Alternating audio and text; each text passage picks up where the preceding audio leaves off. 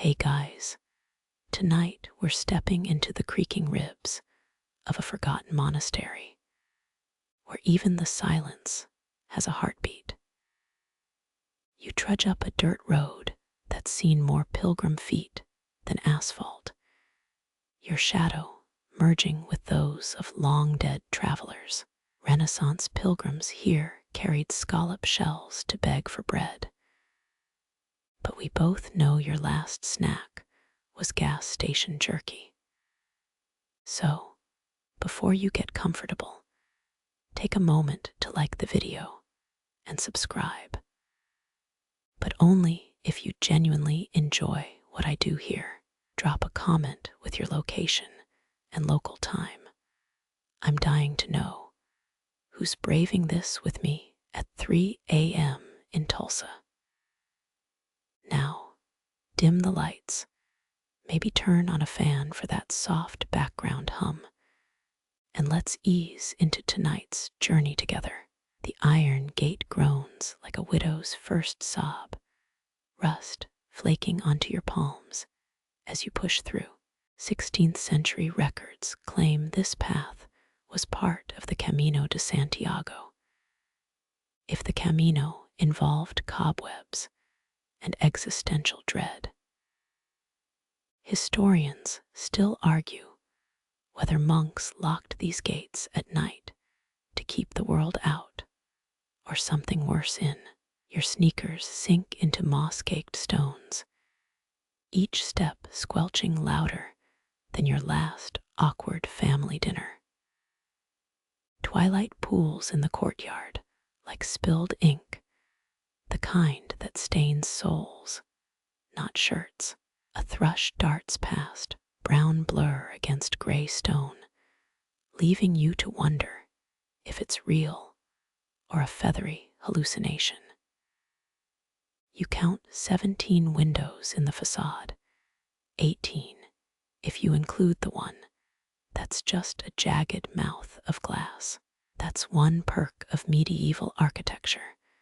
They weren't stingy with the symmetry. Your elbow brushes ivy that's probably older than your great-grandma's secret pie recipe. The air tastes of wet slate and time. Or maybe that's just the residual panic from the drive up. Wind funnels through the cloister, whistling a nursery rhyme your bones recognize, but your mind can't place. You pass a well where monks allegedly tossed coins to appease the well witch, their version of a Yelp review. The oak door looms ahead, its iron studs dimpled like a teen's acne scars. Touch the wood, go on, and feel the splinters that outlived Cromwell's goons.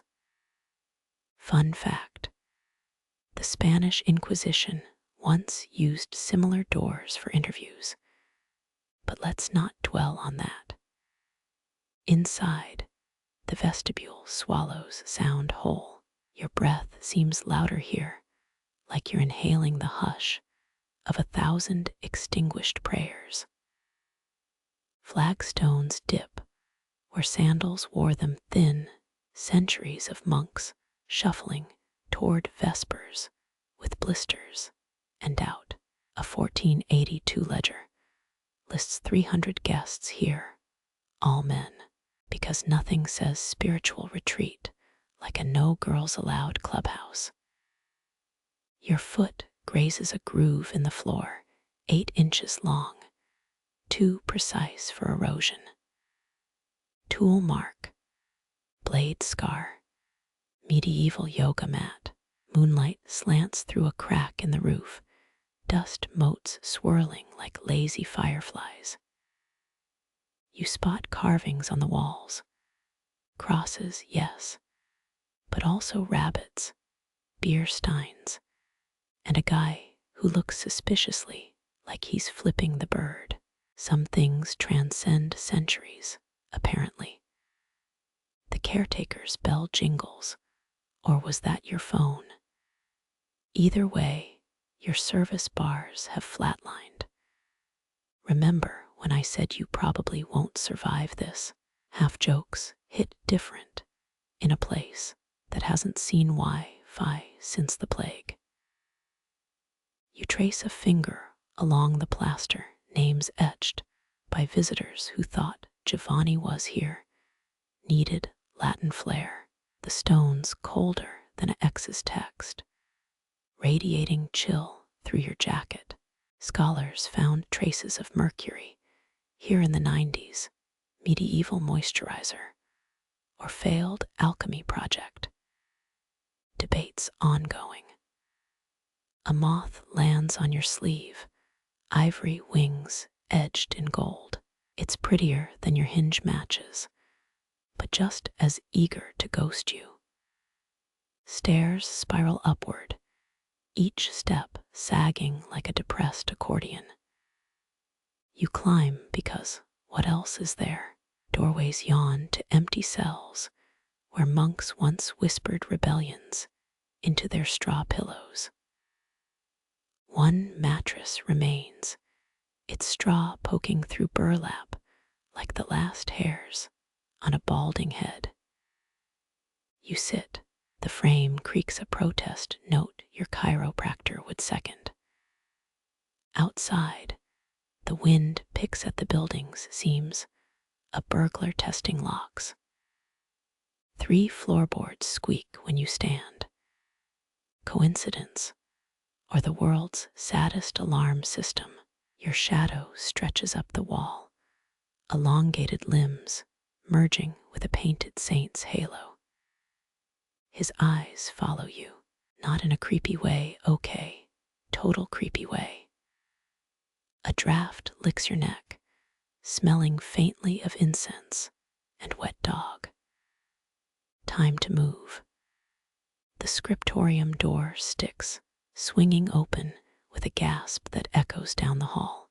One parchment sheet clings to a desk, its edges curled like dead leaves.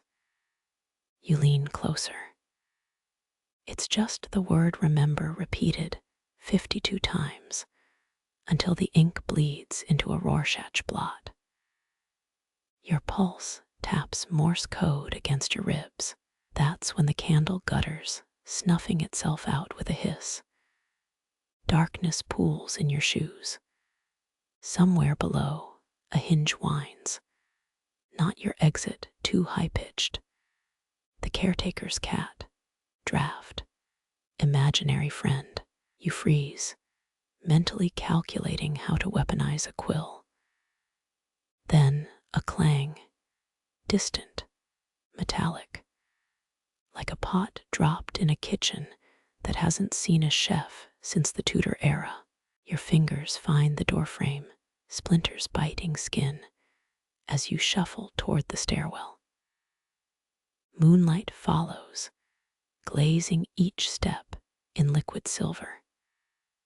The courtyard below looks different now, sharper, as though someone adjusted reality's contrast. That puddle, it's a perfect circle, reflecting stars that weren't visible 10 minutes ago. The gate stands open, a yawn of black beyond its ribs. You could leave, should leave, but your feet pivot toward the bell tower instead. Poor life choices build character right. The tower's rope dangles, frayed end brushing your collarbone. No one's rung this bell since the 30 Years' War. Or so the plaque claims. You tug. The cord crumbles like stale bread, sprinkling dust over your boots. Above, the bell remains mute, its copper tongue fused to the roof. So much for dramatic exit music. A shadow detaches from the cloister wall, tall, hooded, moving with the sluggish grace of a sleepwalker. Your lungs forget their job. But it's just the caretaker, probably. They lift a lantern, glass smudged, flame guttering, and point toward the guest wing. Their sleeve slips, revealing a wrist tattooed with constellations. Or is that a birthmark? The light dies before you decide. Your room waits bare as a monk's resume, with a bed, a stool, and a window choked by ivy. The candle relights itself. Don't think about how. Just toss your bag on the mattress. A spider evacuates to the ceiling, legs skittering Morse code. You unzip your sleeping bag, zippers rasp loud enough to wake the portraits. Their eyes stay closed. Small mercies. The wind stuffs itself under the door, a whine that's half plea, half threat. You count breaths, matching your rhythm to the tap of ivy on glass. 14, 15, 16. Sleep comes like a thief, pocketing your paranoia one ragged thought at a time. The oak door swings inward without a touch, revealing a figure swathed in mothwing gray. Their robes hang like dried lavender, stiff, with decades of starch and sacred ritual. You catch the scent of lye soap, pungent enough to sanitize a soul. Hands rise in a gesture perfected by medieval lay brothers, palms pressed flat. Fingers form a steeple of bones. No need for words here. Monasteries banned speech after dark, though some whispered about tasting silence, like a copper penny on the tongue. Your guide pivots, hem swirling around ankles calloused, from flagstones worn smooth as communion wafers. Those sandals, Vatican-certified pilgrimage gear from the 12th century. If the cork soles don't lie, historians still argue whether monks invented sign language to keep vows, or just really hated small talk. You pass storage niches packed with candles tall as your forearm, beeswax, not tallow. The good stuff, English monasteries, hoarded honeycombs like gold. After the 1215 sumptuary laws, dyed fabrics got you excommunicated, but sweetener. Blessed loophole, a cracked ledger atop a barrel catches your eye, smudged signatures include a leaner in looping script. Not that a leaner. Probably. Flagstones dip underfoot, centuries of penitence, shuffling to matins. Your guide halts at a doorframe, warped like a licorice twist. They produce an iron key longer than your hand, a 6th century design, perfected when locksmithing was half prayer, half puzzle. Their thumbnail flicks a splinter off the wood, jealousy shudders, original to the sight. The click echoes down the hall with theatrical flair. Inside waits a bed narrower than your wingspan. Straw pokes through linen, stitched by someone who hated corners. The caretaker taps the wall, 3 finger-widths of whitewash over Crusade-era graffiti. Peeling layers hide Templar sigils, according to fringe theorists. You half expect a knight's ghost to sell you crypto. They gesture to a wash basin. Its patina mirrors the verdigris on weathered church roofs. Napkins folded with military precision suggest retired drapery, linen recycled from altar cloths, maybe. The austerity feels like a test. You resist the urge to ask for extra pillows. A knock startles you, but it's just the wind battering a loose shutter. When you turn back, the caretaker's vanished. Only a faint rosemary scent lingers, or is that the gardens below? Through the slit window, Moonlit herbs sway in military rows. Medieval brewers claimed time could clarify ale. Monks grew 12 varieties, each for a different saint's feast day. You spy a ledger cracked open on the sill guest. Names bleed into margin doodles of griffins and grapevines. Someone's sketched a chessboard beside a Latin conjugation table. Priorities. The last entry, Brother Aldous, 19 days penance, spilled ink on the sacristy drapes. Harsh, stone numbs your thighs as you sit. The mattress creaks like a ship's hull. Your host left no instructions. Typical. 8th century monastic rules devoted 37 chapters to hymn corrections, but 0 to where's the toilet. The silence thickens, a living thing pressing against your eardrums. Some claim Trappist brewmasters timed fermentation cycles by reciting psalms backward, though experts think they just liked strong ale. You trace a thumb over the wall's pockmarks, each divot a fossilized prayer. Your candle gutters once, twice, as shadows colonize the ceiling. Sleep arrives as a smuggler, quiet feet, and no paperwork. Word count, ~1-850. Your eyelids flutter awake. A single candle now drips wax onto the stone ledge. Its flame shrinks to a blue pearl, the wick drowning in its own sweat. You inhale resinous smoke. Franciscans imported Baltic amber for candles, though Puritans called it papal decadence. Shadows slope across the far wall. Your breath sinks to their crawl. Your fingertips brush crumbling plaster. Grit sticks under nails like old sugar. Names carve the wall in jagged alphabets. Byzantine Greek, vulgar Latin, a crude Viking rune. Someone's etched RODVLFVRS inside a wonky fish, and ichthyes for the illiterate. Historians still argue whether pilgrim graffiti counts as devotion or defacement. You lean closer. One groove spells Catherine in shaky Carolingian minuscule. Not a saint's name. Not officially. The candle flares. Moth wings ignite mid-flight.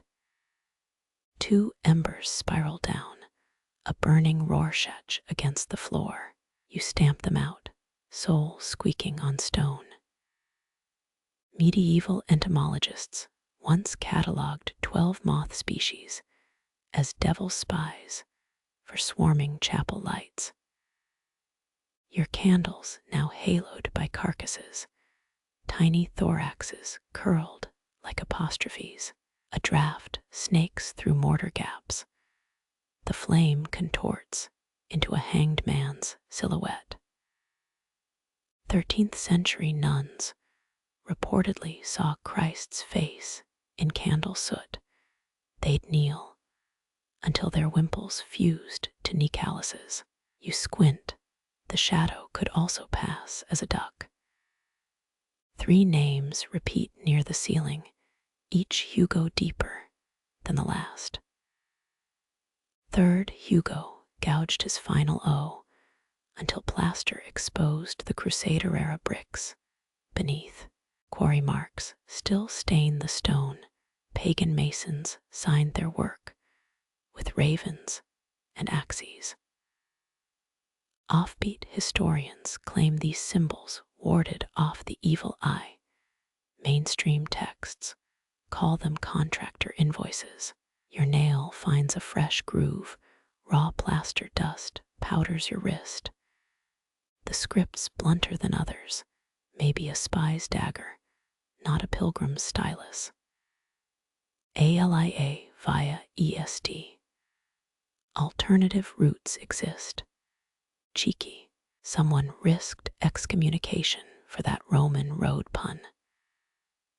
Wind blusters through the shutter, your scalp tightens as the flame dies. Darkness pools like spilled ink. You blink, after images burn green and fuchsia. 16th century glassmakers added manganese dioxide to clear panes. Never told buyers, it caused psychedelic blindness at sundown.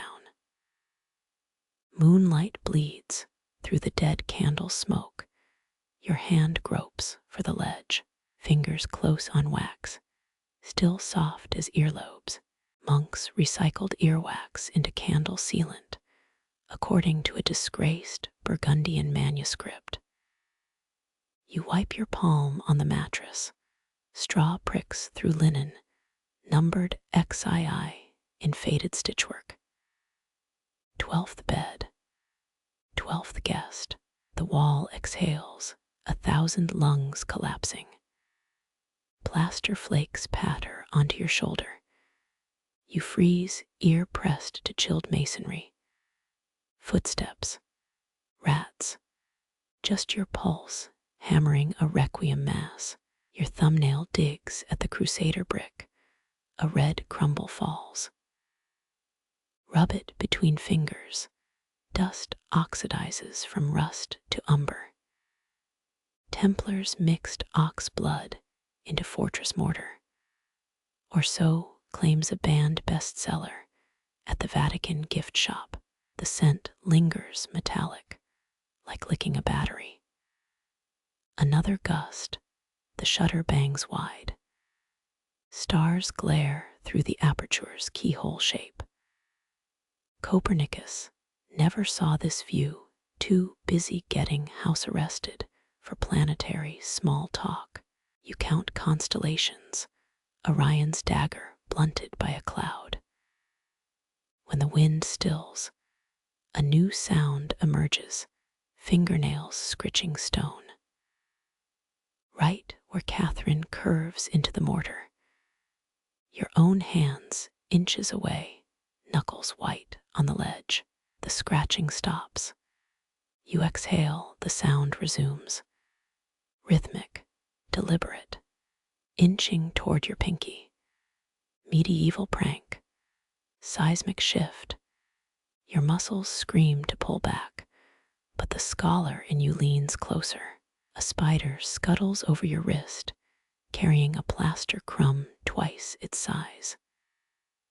It pauses, legs cocked like a micro catapult, and fires the debris into the abyss below. The scratching was just arachnid masonry repairs. Clever girl, dawn creeps in gray light, dissolves the candle's corpse. Last night's shadows now cling to your sleeves like burnt lace.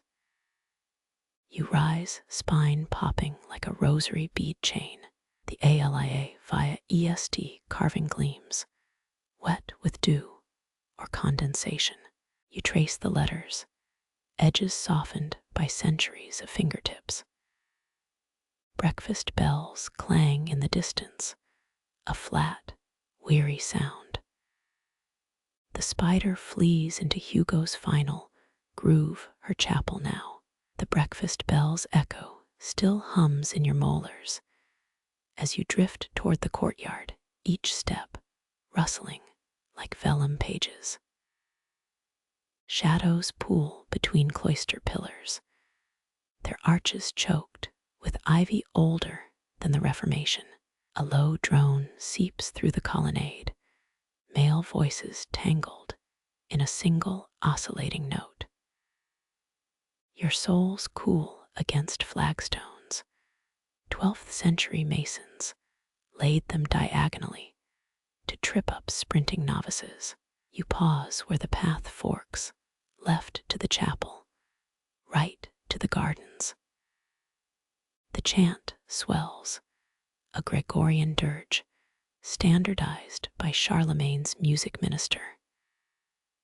who knew holy Roman emperors had playlist curators. Two monks shuffle past, hoods frayed at the hem, hands tucked into opposite sleeves like living Russian dolls. Their sabots click out a counter-rhythm to the hymn. The chant liquefies, Latin syllables dissolving into pure vibration. Your sternum buzzes as though hive-bound. Historians still argue whether monastic labyrinths were devotional aids or just fancy floor decor. You trace one with your toe, crusted lichen filling the grooves. Someone's dropped a pomegranate seed at the center. Its juice bled into the stone's capillaries. A hand touches your elbow. The caretaker materializes, gesturing toward the sound. Their gray robe smells of lye and pennyroyal. You follow, noting how their hem sweeps pebbles into miniature Stonehenges.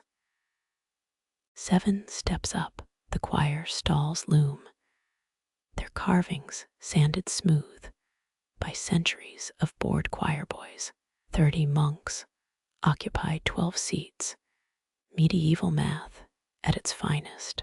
The abbot's pitch pipe wheezes, the chant reignites. Words resurface. Dies Iri, dies Allah, day of wrath. Cheery. You lean against a column, fluted like a ribcage. 14th century choirs, allegedly chewed ergot-laced rye bred to harmonize with heaven's dissonance. The bass singer's pupils look suspiciously dilated. A novice flicks his wrist. A hidden Silas chain snags his sleeve. Blood dots the psalter. 31 pages stick together, eternally fused at Psalm 137's Babylonian exile verse. Your thumb finds a chip in the rail. Sap oozes where termites dined on sacramental resin. Sunset bleeds through the rose window, shattered during Cromwell's thug years. Shards of red glass float in the Puritan's wake, or perhaps in your compromised corneas. The chant fractures tenors sharp, baritones flat. One monk sneezes into the sanctus. The abbot glares, his crozier tilting like a broken weather vane. The caretaker presses a sprig of hyssop into your palm. Crush it. And the scent clears sinuses better than a medieval snuff binge. Your inhale hits like a salter to the face. 8 monks swivel drawn by the aroma's green kick. The chant wobbles. Offbeat musicologists claim certain harmonies trigger divine visions. But this sounds more like a drunk hurdy-gurdy. A bat dive bombs the lectern, psalms scatter like panicked doves. The abbot swats with his crozier, missing by a papal mile. Someone snickers, it might have been you. The caretaker points downward, a flagstone marked with arrowed gullies. Storm runoff patterns, secret heresy glyphs. You crouch, it's just fossilized wagon ruts from when they hauled in the cloister's stolen marble. Moonlight vetoes the dying sun. The monks retreat into shadowed niches. Their chant fades to a lip-buzzed hum, the sound of souls idling in neutral. Your knees protest the cold stone, tendons creaking like a drawbridge chain. The caretaker whispers, Respice, post te hominum te esse memento. Look behind, remember you're mortal. Classic party favor. Last note evaporates. Silence swells to fill the vacuum. 3 moths kamikaze into the abbot's candle, their wings crisping to papal bull confetti. You exhale, your breath spirals into the rafters, chasing the ghost of that final amen. Somewhere, a door clicks shut, but all doors here have been open since the Reconquista. Dust motes swirl where the door's pulse disturbed centuries of patient air. Your shadow falls across an oak desk, fossilized under paper. The ledger sprawls open, pages warped into tidal waves of ink. You press a palm flat, crumbling edges yield like sacramental bread. Iron gall script bleeds across vellum, names dissolved into Rorschach smudges. 1789, 1893. Dates blur. The scribe's quill clearly skipped penmanship day at Monastery school. A caretaker materializes behind you. Their sleeve brushes the desk, releasing a sneeze of ancient pollen. They murmur, St. Columba's owls, pointing to brown pellets nested between folios. Medieval scribes used owl vomit to bleach parchment, a historical fact you'll later omit from dinner conversation. Your finger hovers over an entry, Brother Thaddeus, 12 liters of mead, followed by a wine-dark splotch. Evidence of a tipsy monk, a leaky jug. Historians still argue whether monastic ledgers tracked sins or just inventory. The caretaker fans pages. Each turn sounds like a snake shedding its skin. 73 guests listed per folio, numbers crammed until they hemorrhage into margins. You spot Lady Alina of Aquitaine, but that's impossible. She died 2 centuries before this ink dried. Wishful medieval fanfiction. A tour bus pilgrim with delusions of grandeur. The caretaker's cough suggests they've fielded this query before. Your nail catches on an entry from the 23rd of October, no year. 16 barrels of salted cod, 17 confessionals, scrubbed 1 novice, reprimanded, for the sentence ends mid-accusation. Rats ate the rest. Or did the scribe get dragged off to vespers? You glance up. The caretaker mimics stitching their lips shut. Clever. Moonlight slants through a slot window. Ink glows cobalt, where iron particles mingle with tannins. A mainstream fact floats back iron gall recipes, required rain-soaked oak galls and rusty nails. You sniff the page. It still smells like a blacksmith's armpit. The caretaker offers a magnifying glass, the handles carved into a tiny drunk monk hugging a cask. Names swirl. Johans the flatulent winks between grain tallies and latrine repair receipts. Fringe theorists claim coded heresies hide in these smudges. An alchemist's formula for gold, maybe, or a recipe for profiteroles. You squint, nope. Just inventory records of lard and leeches. A slip of paper flutters loose. 19th century script declares, found this wedged in the guardrobe. Burn it, signed by Prior Anselm, whose signature includes a doodle of a bishop mooning the reader. You flip the scrap. Childish letters spell Papa comes Mondays. Below that, a charcoal sketch of a wolf wearing a mitre. Your laugh startles the caretaker. They retaliate by thumping a flask of something that reeks of medicinal myrrh. The ledger's last, intact page lists final guest as, with a doodled tombstone, someone's added, Y letter 1D0F, letter 1D1C. In fresh ink, the caretaker examines their nails, whistling a suspiciously jaunty dirge.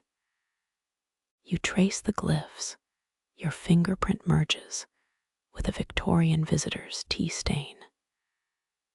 Caffeine and skin oil, the archivist's worst nightmare. Wind shoulders through the window, pages flap like panicked doves. The caretaker slaps the tome shut, trapping a scream of parchment dust. Their finger lingers on the cover's crest, lion, lamb, and something that might be a dyspeptic badger. Monks had fun with heraldry before the Vatican's branding department cracked down. They guide you toward the door, you glance back. Moonbeams stroke the ledger's spine, gilding its clasp. For a heartbeat, the lock seems to twist on its own, a click softer than a novitiate's last out. The caretaker's sandals shuffle down the hall, sweeping pebbles into cairns for the ghosts of Picardian tourists. You touch your pocket. When did that scrap of Papa Comes Monday's crinkle into your sleeve? Best not to ask. 3 drips of wax solidify on the desk, a trinity of frozen tears. Somewhere, a quill snaps. The bathhouse air clamps your lungs like a wet woolen cloak. Rosemary and pine sap sting your nostrils. Steam snakes from a copper basin older than the Protestant Reformation. Its patina mimics the courtyard's tarnished moon. You toe off your boots. The floor stones dip where centuries of bathers etched their surrender to gravity. A stack of linen awaits, rough-spun towels, and a robe that smells like dill and unresolved arguments. You shed layers, eyeing a notice etched into the wall. Modesty pleases God.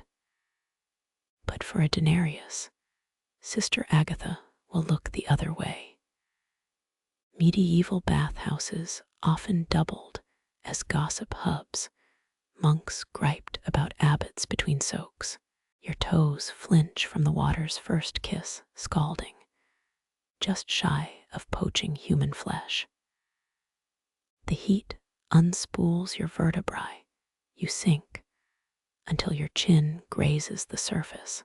Historians still argue whether the greenish tint in monastic baths came from curative algae or a novice's ill-advised herb experiment. Across the chamber, condensation beads on a relief carving, Saint Fiacre, patron of hemorrhoid sufferers, glaring at your relaxation. You salute him with a cupped handful of rosemary broth. Your elbow bumps something submerged, a stone seat worn smooth by monastic buttocks. Carved initials taunt you. B.A. 1412. Brother Alpheus, Beatrice of Aquitaine. The enigma dissolves as steam coils around your wrists, liquid handcuffs. A fringe theory claims certain monks brewed hallucinogenic steam blends, medieval hotboxing, with time and tantrums. You inhale deeply, nope, just soup-scented humidity and poor life choices. Drafts toy with the steam, a phantom finger traces your collarbone. You squint at the ceiling's domed darkness, water drips with the cadence of a bored homilist. 37 droplets, 38, 30, damn it. Now you've lost count. Somewhere, a drain gargles The acoustics mimic a Gregorian chant's droning banjo. A sloshing echoes, not you, across the pool, ripples crest against submerged steps. You freeze. Is that a shadow or a watermark stain shaped like a hunched figure? The steam wavers, resolves into nothing. Monks believed bathhouse spirits stole unguarded socks, hence the one sandal shrine near Rheims. Your toes curl, still intact. For now, the water cools. Your prune-wrinkled fingers grasp the ledge as you rise. Steam cascades off your shoulders like a reluctant ghost, releasing its grip. A gust slaps the bathhouse door, damp wood shrieks. On the bench, your robe now cradles a sprig of withered lavender. The caretaker's idea of five-star service, or a passive-aggressive hint about your body odor. Dressed, you pat the saint's carving, your palm comes away sticky with pine resin. The scent clings, a phantom sauna trapped in your sleeve. Moonlight floods the drain grates, illuminating names scratched by generations of bathers. You trace a crude fish symbol, early Christian graffiti, or a monk's failed attempt at drawing a sheep. Outside, the courtyard's night breathes colder. Your skin remembers the bath's embrace, like a lover's absent kiss. 3 moths orbit your head, living embers drawn to residual steam. You swipe at them, missing spectacularly. Shadows pool where the caretaker left furrowed gravel, their rake's teeth scoring indecipherable curses into the earth. The bathhouse exhales one last vapor plume, a sigh of steam twining with your breath. For a blink, the mist assumes a nun's wimple before unraveling into the indifferent dark. Your left sandal squelches. You'll blame that on Saint Fiacre's lingering spite. The stone corridor funnels you toward basil and burnt crust. Your stomach growls a Gregorian chant. Rye bread's aroma unfurls like a carpet rolling out, golden, yeasty, laced with honey's sticky whisper. 3 steps from the refectory arch, your sandal catches a groove, same one that tripped Brother Matthias in 1492, or so claims the scratch mark tally on the wall. Inside, long tables gleam under tallow candles, their wicks trimmed to prevent frivolous illumination.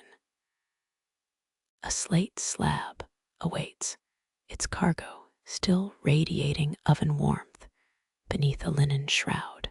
You lift the cloth, steam escapes like a released secret. The loaf beneath glistens, 17 puncture marks from a baker's testing rod, each oozing amber. Monastic bread often hid rye ergot, a fungus that could numb toes or summon visions of 6-winged seraphim. Scholars still debate whether those hallucinations inspired medieval manuscript doodles of dancing turnips. Juniper-carved plates frame a honeycomb, its hexagonal cells weeping gold. Your spoon hesitates. River sounds trickle through a high window. A stream, or some aqueduct engineered to amplify guilt over second helpings. Monks believed bees eavesdropped on confessionals, hence the hive-shaped chapels dotting Tuscany. You drip honey onto bread. The comb's papery skeleton crunches between your molars. No cutlery clatter. No mastication echoes. Just your swallow thudding in your eardrums a bass note in the refectory's soundless fugue. Rules demand meals consumed, as if digesting sacred text, which explains the gaunt scribe 2 seats down, dissecting a pear into Eucharistic precision. A tarnished flagon sweats condensation. Its contents smell like fermented indecision.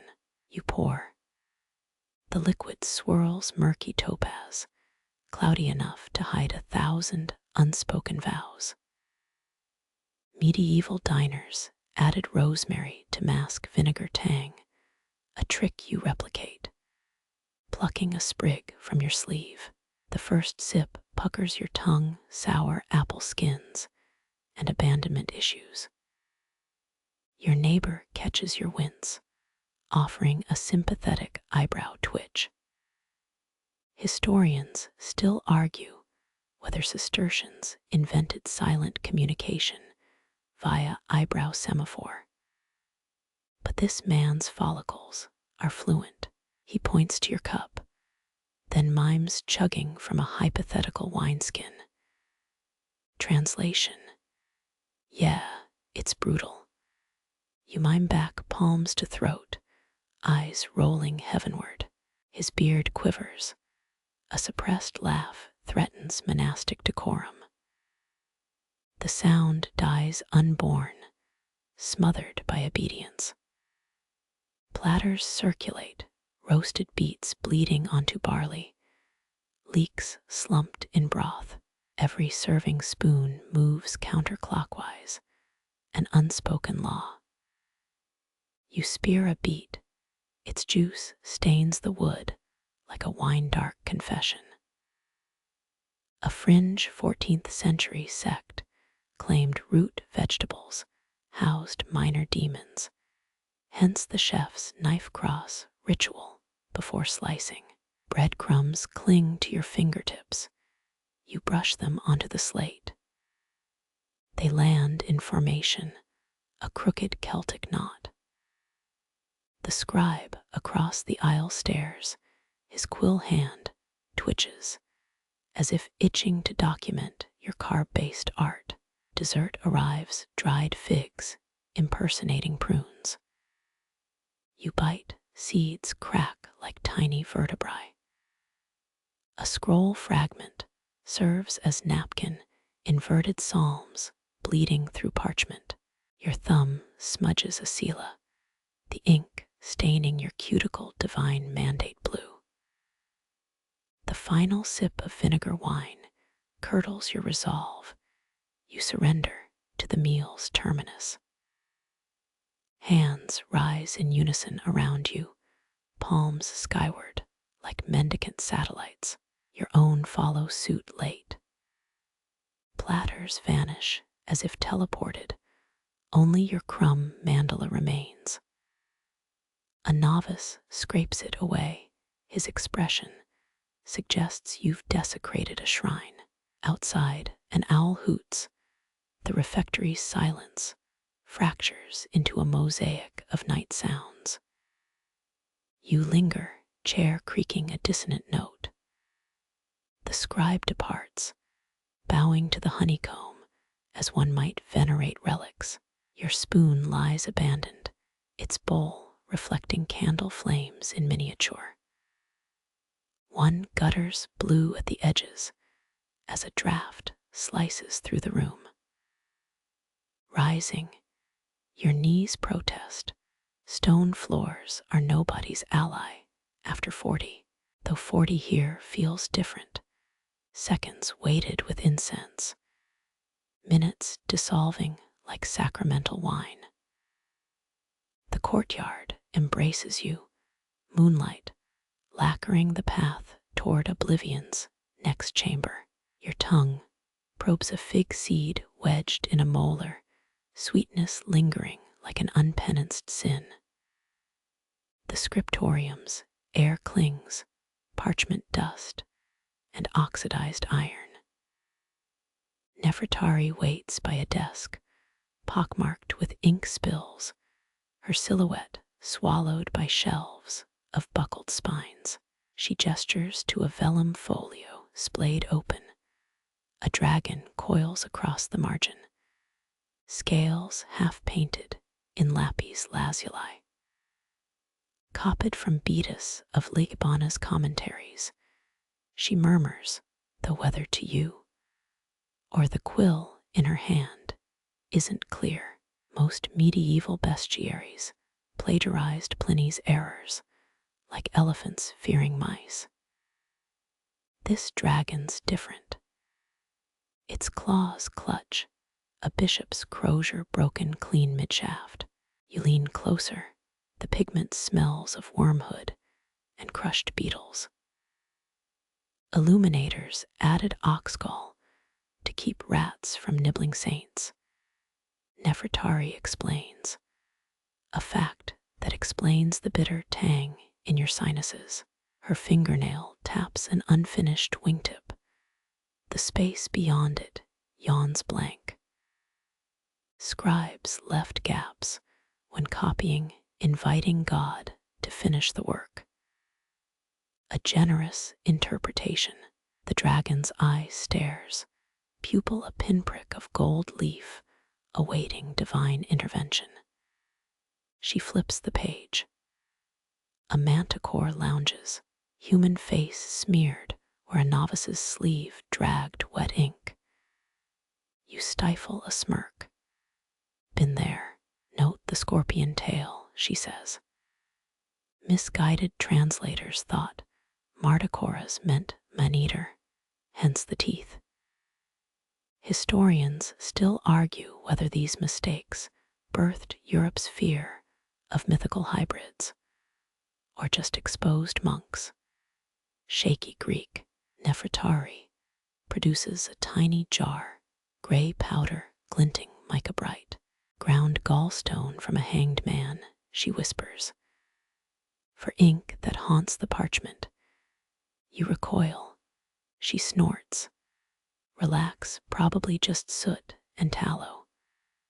Probably. The taper's flame gutters, dragon shadows twist across her cheeks. She points to a line of minuscule script.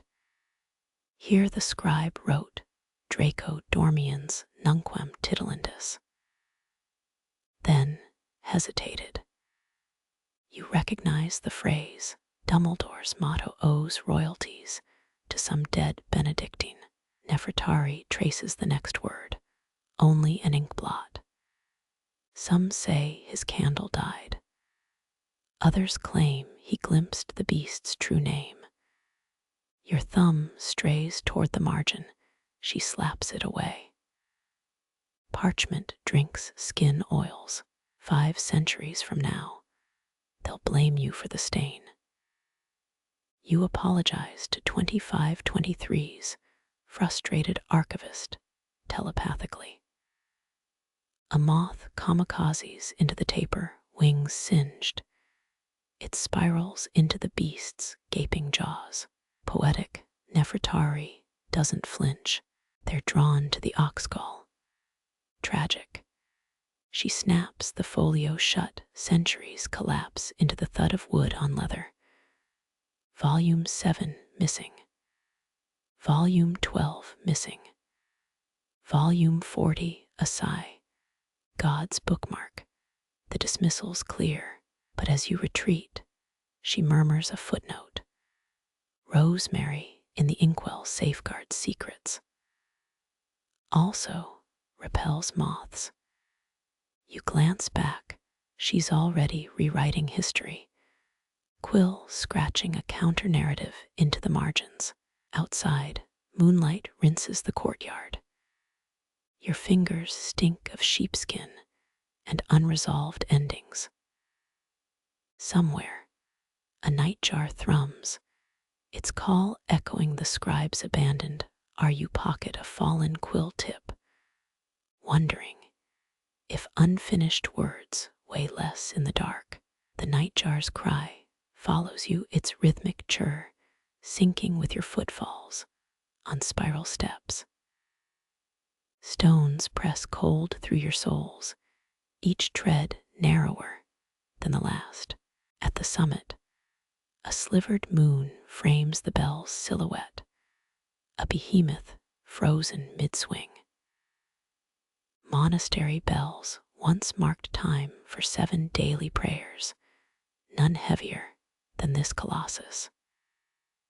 You circle its iron bulk, fingers trailing crusted verdigris. A triangular crack splits the rim, not from wear, but some forgotten violence. Historians still argue whether medieval foundries added silver for resonance or just recycled battlefield scrap. The rope hangs frayed, its braids unraveled into a beard of hemp threads.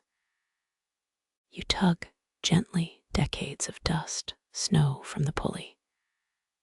Your boot nudges a wooden bucket, water long evaporated, leaving salt-trimmed rot. Monks baptized new bells with holy water, some even named them. This one's plaque reads Gabriel letters eaten by rust. Leaning close, you inhale oxidized metal and pigeon guano, an antique stink. Moonlight bleaches the bell's pocked surface, revealing scratches if you squint. Names Carolus, Atso, Giles, half hidden beneath moss and grime. Unauthorized graffiti or dead ringers memorialized. Wind hisses through the crack, a mournful 2-note hum. You press your ear to cold iron, feeling the vibration in molars. 17th century nuns reported bells tolling during thunderstorms, claimed angels struck them to drown demonic thunder. You wait, but tonight's breeze lacks celestial enthusiasm. Your thumbnail scrapes the rim, a flake of blackened metal chips free. 14th century bell makers often threw shoes into molten bronze. Superstition says it strengthened the cast. This fleck glints. Is that a nail head or just hopeful pareidolia? The clapper rests askew, its copper green with neglect. Touch it, and centuries of silence press against your fingertips.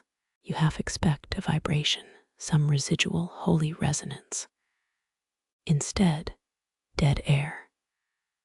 From this height, the Guesthouse sprawls like a sleeping beast, cloisters for ribs, courtyard a hollow belly, 37 slate tiles, missing on the north roof. You count them twice. Could monks have flung them as impromptu skipping stones across the river below? A bat detaches from the bell cage, wings snapping like wet laundry in wind. It loops 3 times, your head a makeshift maypole, before diving into yew shadows. Your pulse thrums, a weak imitation of Gabriel's lost voice. Fingers brush the frayed rope end, hemp fibers brittle as old nerve endings. Restoration guides suggest coconut oil for preservation. But this feels beyond salvage. You pocket a thread anyway, souvenir or future kindling. Moonlight bleeds through the crack, projecting a jagged line across your palm. You trace its path, a cartographer mapping silence. Somewhere below, a shutter claps Nefertari, closing another chapter. The night jars stopped singing. Wind flexes, the bell groans in its cradle, just stone and metal fatigue, or something stirring in the fracture. You step back, heels teetering on the top step. Gabriel keeps his secrets, tongue stilled, sermon unfinished. Downstairs, the Guesthouse exhales, wood creaking, mortar settling, your fingernails crusted with iron oxide, an impromptu monastic manicure. The spiral stairs seem steeper descending. Even gravity prefers unfinished descents. In the courtyard, you unclench your palm, the moonlight crack, now a faint silver scar. First light will bleach it away. You walk on, carrying the bell's arrested breath in your lungs. Your boots breach the first puddle moonlight, splintering into quicksilver shards. The water's colder than expected. A shiver climbs your spine like ivy. Monastic courtyards often hid cisterns beneath their flagstones. Medieval engineers harvesting rain for solstice rites. This water feels older, pre-industrial, pre-plague, maybe even pre-sarcasm. Each step crinkles the surface, ripples morphing into hieroglyphs of disrupted glow. You crouch, knees popping like overripe walnuts, to study the liquid mirror. Your reflection wavers. Too many chins, not enough dignity. Historians still argue whether these stone basins stored holy water or just really ambitious bathtubs. Something skates across the periphery, a water strider with legs like fractured glass. It glides toward your distorted face, its shadow a many-armed god on the basin floor. Medieval bestiaries claimed these insects carried dead souls across Lethe's waters. This one seems more interested in drowning a gnat. You exhale, your breath warps the reflection into a funhouse caricature. 14th century plumbing manuals advised adding wine to stagnant pools to sweeten the humors. Tonight's vintage smells of moss and frog spawn. A droplet falls from the eaves. Your face explodes into liquid confetti. Rising stiffly, you follow the puddle chain toward the cloisters. The stones slope just enough to guide rainwater along ancient channels. Your soles trace the path of 1,000 storm drains, feeling each groove worn by elemental patience. 53 steps later, you hit the mother lode, a sunken basin the size of an ox cart. Moonlight pools here, thick as spilled mercury. Algae paints the rim in felted green, its edges chewed by time. You skim a palm across the surface, disturbing a congregation of water beetles. Their panicked flight etches temporary constellations. A submerged shape glints, your pulse spikes. Could be a pilgrim's lost ring, or just a bottle cap from Abbot Chuck's ill-advised monastic microbrew venture. Scooping it up reveals a pewter token, one side stamped with a crook and flute. Relic or early game arcade token, the metal tastes like a battery. Wind riffles the water, you catch your reflection mid-shiver. Monks once banned mirrors here, soul-stealing vanity traps. Yet they polished this basin's rim to a tanner's knife edge. Hypocrisy or practical joke.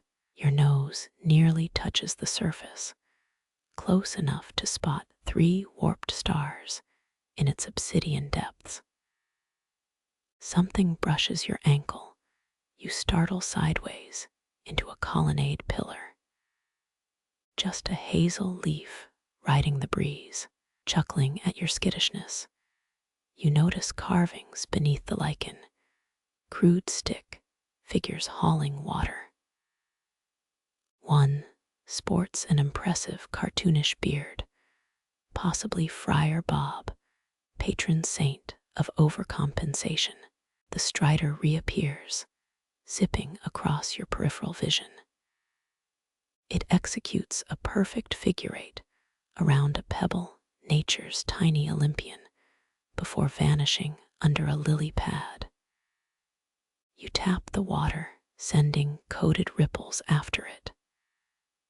No response. Even insects ghost you now. Leaning against rain-slick stone, you count 72 cracks in the basin's mortar. Each harbors a miniature ecosystem, snails like living pearls, spiders rigging silk suspension bridges, Renaissance treatises suggested courtyard cracks led to purgatory. But these just lead to more beetles. Moonlight shifts, exposing fossilized air bubbles in the sandstone. They cluster like pinned moths, trapped mid-flight for your inspection. You press a thumb against one, wondering whose last breath might hide inside. 11th century scribes swore drowned breaths became psalm notes.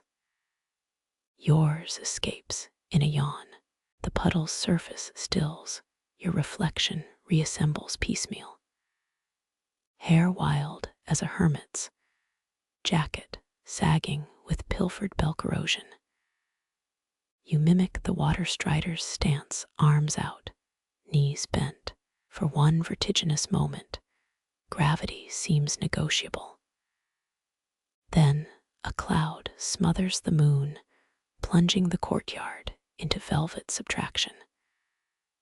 When light returns, you're just you again, earthbound and mildly embarrassed. The strider coasts past, its wake spelling lazy cursive in moon ink. Somewhere a fish gulps, the sound cloned into a dozen liquid echoes. You scrape a knuckle across the basin's rim, too numb to feel the cut.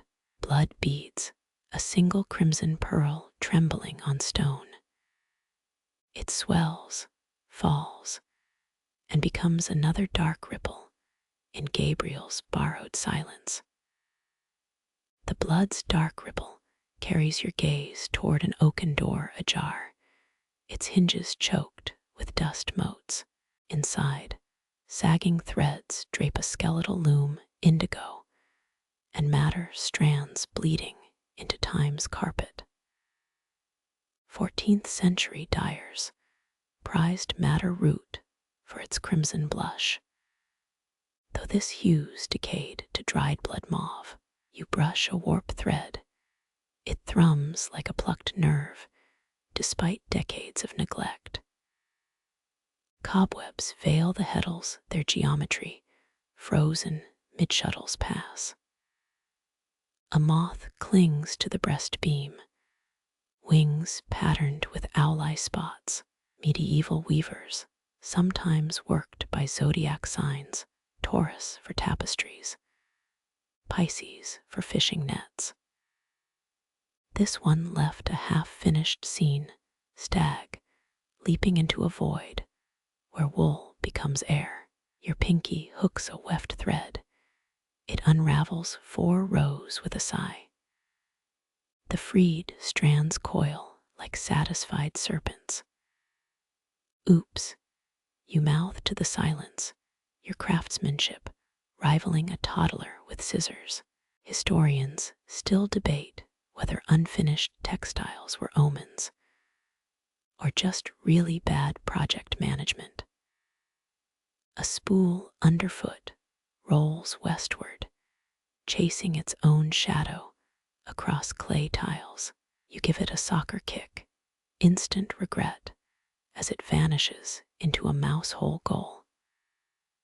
Sunlight slants through grime-caked windows, highlighting initials carved into the beater's handle. MB 1497 grooves declare ownership with a serif flourish. You trace the letters, wondering if MB ever finished their masterpiece or died mid-weave, needle still in hand. The castle's 1526 inventory lists 23 looms, all unserviceable due to rotten warp. Tonight's exhibit proves accountants never lie. A whiff of elderberry vinegar lingers, dye vats long emptied, but their ghosts still pickle the air. Your sleeve snares a thread, 93 inches of rebellion, trailing behind like a comet's tail. Renaissance weavers believed snagged threads were fairy pranks.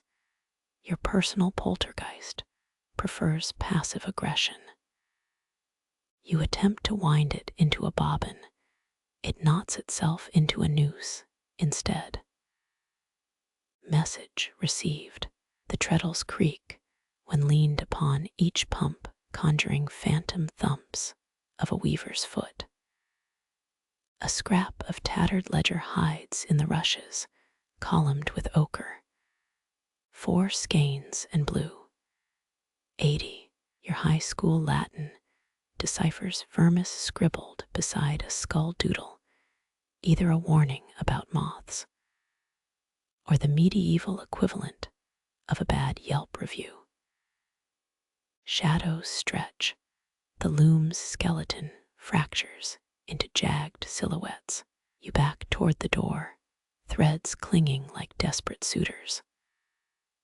One final tug, and you're free, trailing a single indigo strand that snaps with a whispered thwip. Outside, the courtyard puddle winks, reflecting not your face, but a hunchbacked figure still weaving in the glass. The courtyard puddle blurs as your boot disturbs its glassy skin, the weaving specter rippling into abstraction. Your soles find stone steps descending, each tread narrower than the last, as if the earth itself is inhaling. 12 moss-slicked stairs later, an archway greets you, its keystone carved with a snuffed candle. Tallow dips once lit monastic crypts, their reek eclipsing prayers with burnt mutton stench. You take beeswax sanctity over medieval fast food fumes any day.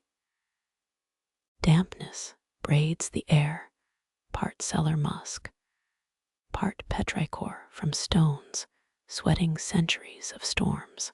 Your palm skims the wall, granite worn smooth by fingers like yours, blindly seeking. Historians still argue whether crypt niches held candles or sacred scrolls. But tonight's answer is clear. Each alcove cradles wax stubs, colorless as old teeth, wicks burned down to stubbled resignation. You crouch, knees popping a duet with the ceiling's drip-drip percussion. One candle nub rolls into your hand, its base etched with D.L. 1513, Renaissance tallow recipes mixed ash to harden the fat. Your nose wrinkles at imagined stink. A nearby plaque lists monk names in peeling Latin, Brother Anselm's death date, suspiciously matching the year's great mead spillage. Coincidence? The order's ledger claims 12 barrels lost to divine thirst. Moonlight slinks through a grime-crusted vent, slashing across a mural, flaking into oblivion. Faded saints clutch unlit tapers their flameless wicks, accusing your flashlight's heresy. Medieval penitents crawled here on nettle-stung knees, but you're bench-pressing cobwebs instead. A spider hauling a moth carcass pauses, its 8 eyes judging your tourist posture. Flagstones slope downward, tilted by tree roots, performing slow-motion grave robbery. Your shoulder brushes a niche, 17 wax droplets cascade like frozen tears. 16th century nuns in Augsburg supposedly cast candle spells here, binding vows in cooling tallow.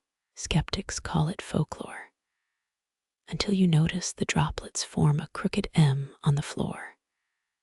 Maria, Matthias. The guidebook stays mute. You press a palm to the coldest wall, its chill rising through marrow like reverse fever. Subterranean drafts twine around your ankles, whispering rumors of the dungeon air diet. A 1743 broadsheet claimed breathing crypt air, reduced corpulent humors. Modern scholars blame placebo and rampant tapeworms. Your stomach growls, rejecting history's worst weight loss gimmick. 3 niches bear waxen chaos, candles melted into Rorschach blobs. One resembles a crouching hare, or maybe a pope vomiting. You pocket a thumbnail-sized shard, souvenir or sacrilege. The 1898 guide sternly forbids removal of monastic ephemera. But rules penned in corset ink deserve occasional rebellion. Your light dies, a blink between modernity and medieval night. Shadows surge like spilled ink, drowning saints and spider alike. Breathing slows, 23 seconds per inhale, matching the wall's seepage tempo. Somewhere above, the Guesthouse lodgers sleep through midnight office. But down here, time curdles, groping forward. Your toe stubs an offering bowl, its coppery tang suggesting centuries of pilgrim pennies. 16th century peasants tossed groats for soul weight insurance, as if pennies could balance judgment scales. A modern euro glints beside them, stamped with Athena's owl. Inflation even in the afterlife. Dawn's first smear lightens the vent, illuminating your exit. You turn, but the mural's saint now lifts a candle, flameless still. Or is that wax gleaming slightly molten? The spider resumes its feast, legs conducting an aria only crypts comprehend. Gravel crunches underfoot each step, erasing the garden's precise geometry.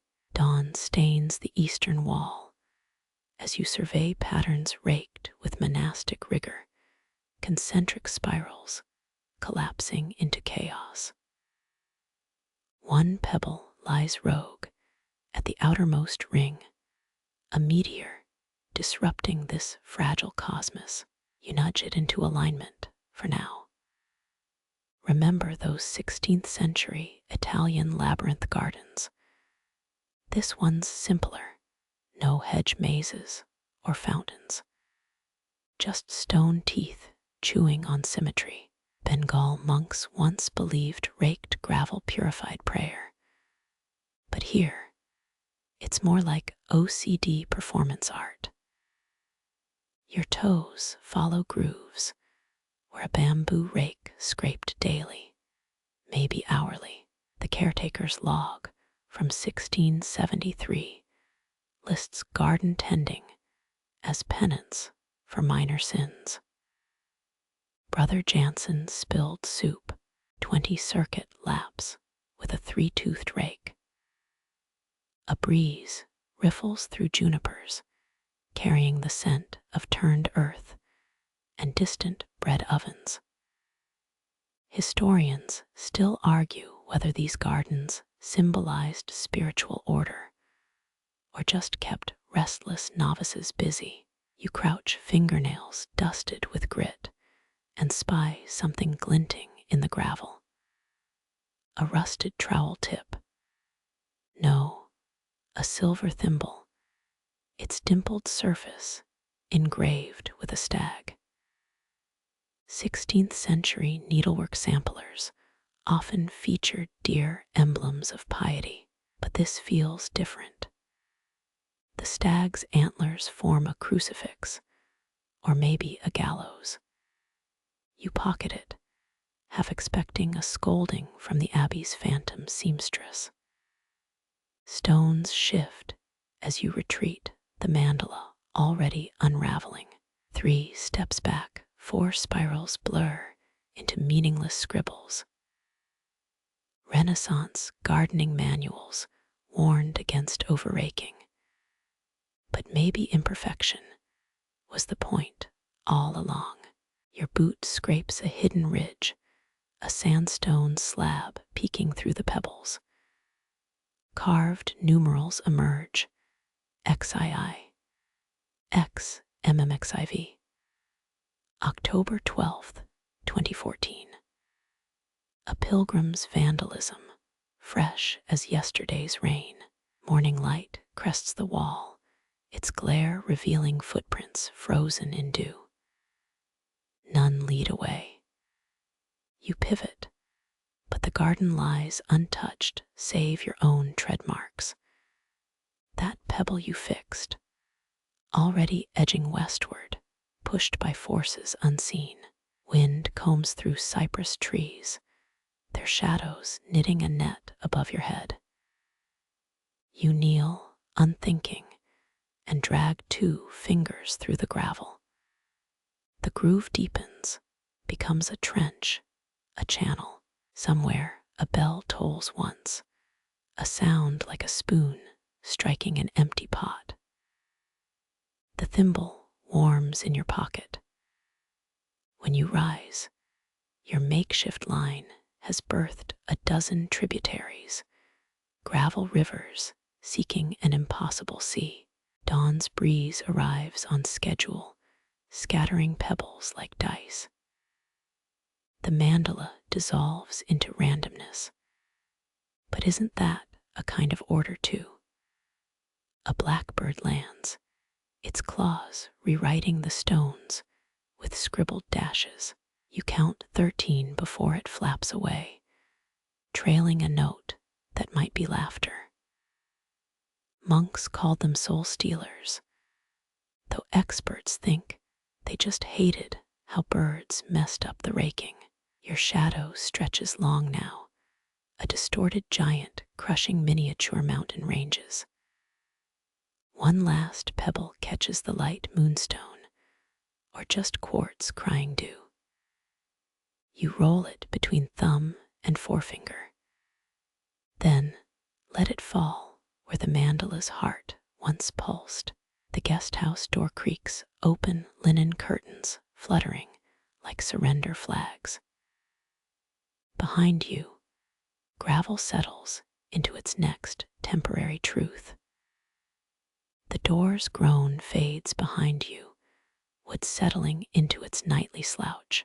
You gravitate toward the room's lone window, shutters yawning halfway open like a drowsy guard. Beyond warped glass, an orchard hunches under its own decay. 93 apples clenched in skeletal branches, each one a shrunken moon, pale and pitted with age. You tally them twice, 93 both times, as if counting might resurrect their vanished ripeness. Roman orchardists buried apples in honeyed clay to preserve them. But these fruits chose mummification by neglect. Wind tugs at a desiccated stem. One fruit drops in silence, swallowed by tall grass. Historians still argue whether monastic orchards fed bellies or metaphors. You lean closer, forehead kissing cold glass, and spot a woodlouse scaling an apple's equator.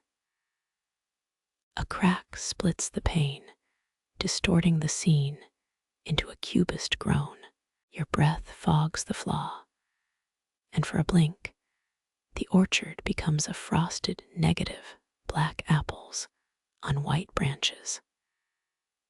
Bavarian monks once believed rotten apples warded off witches, though experts think they just hated wasting good cider ingredients.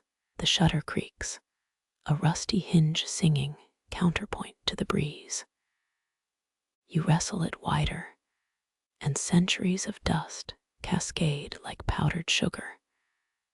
13 strands of cobweb tighten in protest, then snap, drifting toward the stone floor. Your pinky brushes something carved into the sill, a trio of initials. ELF, 17th century pilgrims, often etched symbols for protection. Crosses, fish, Templar sigils.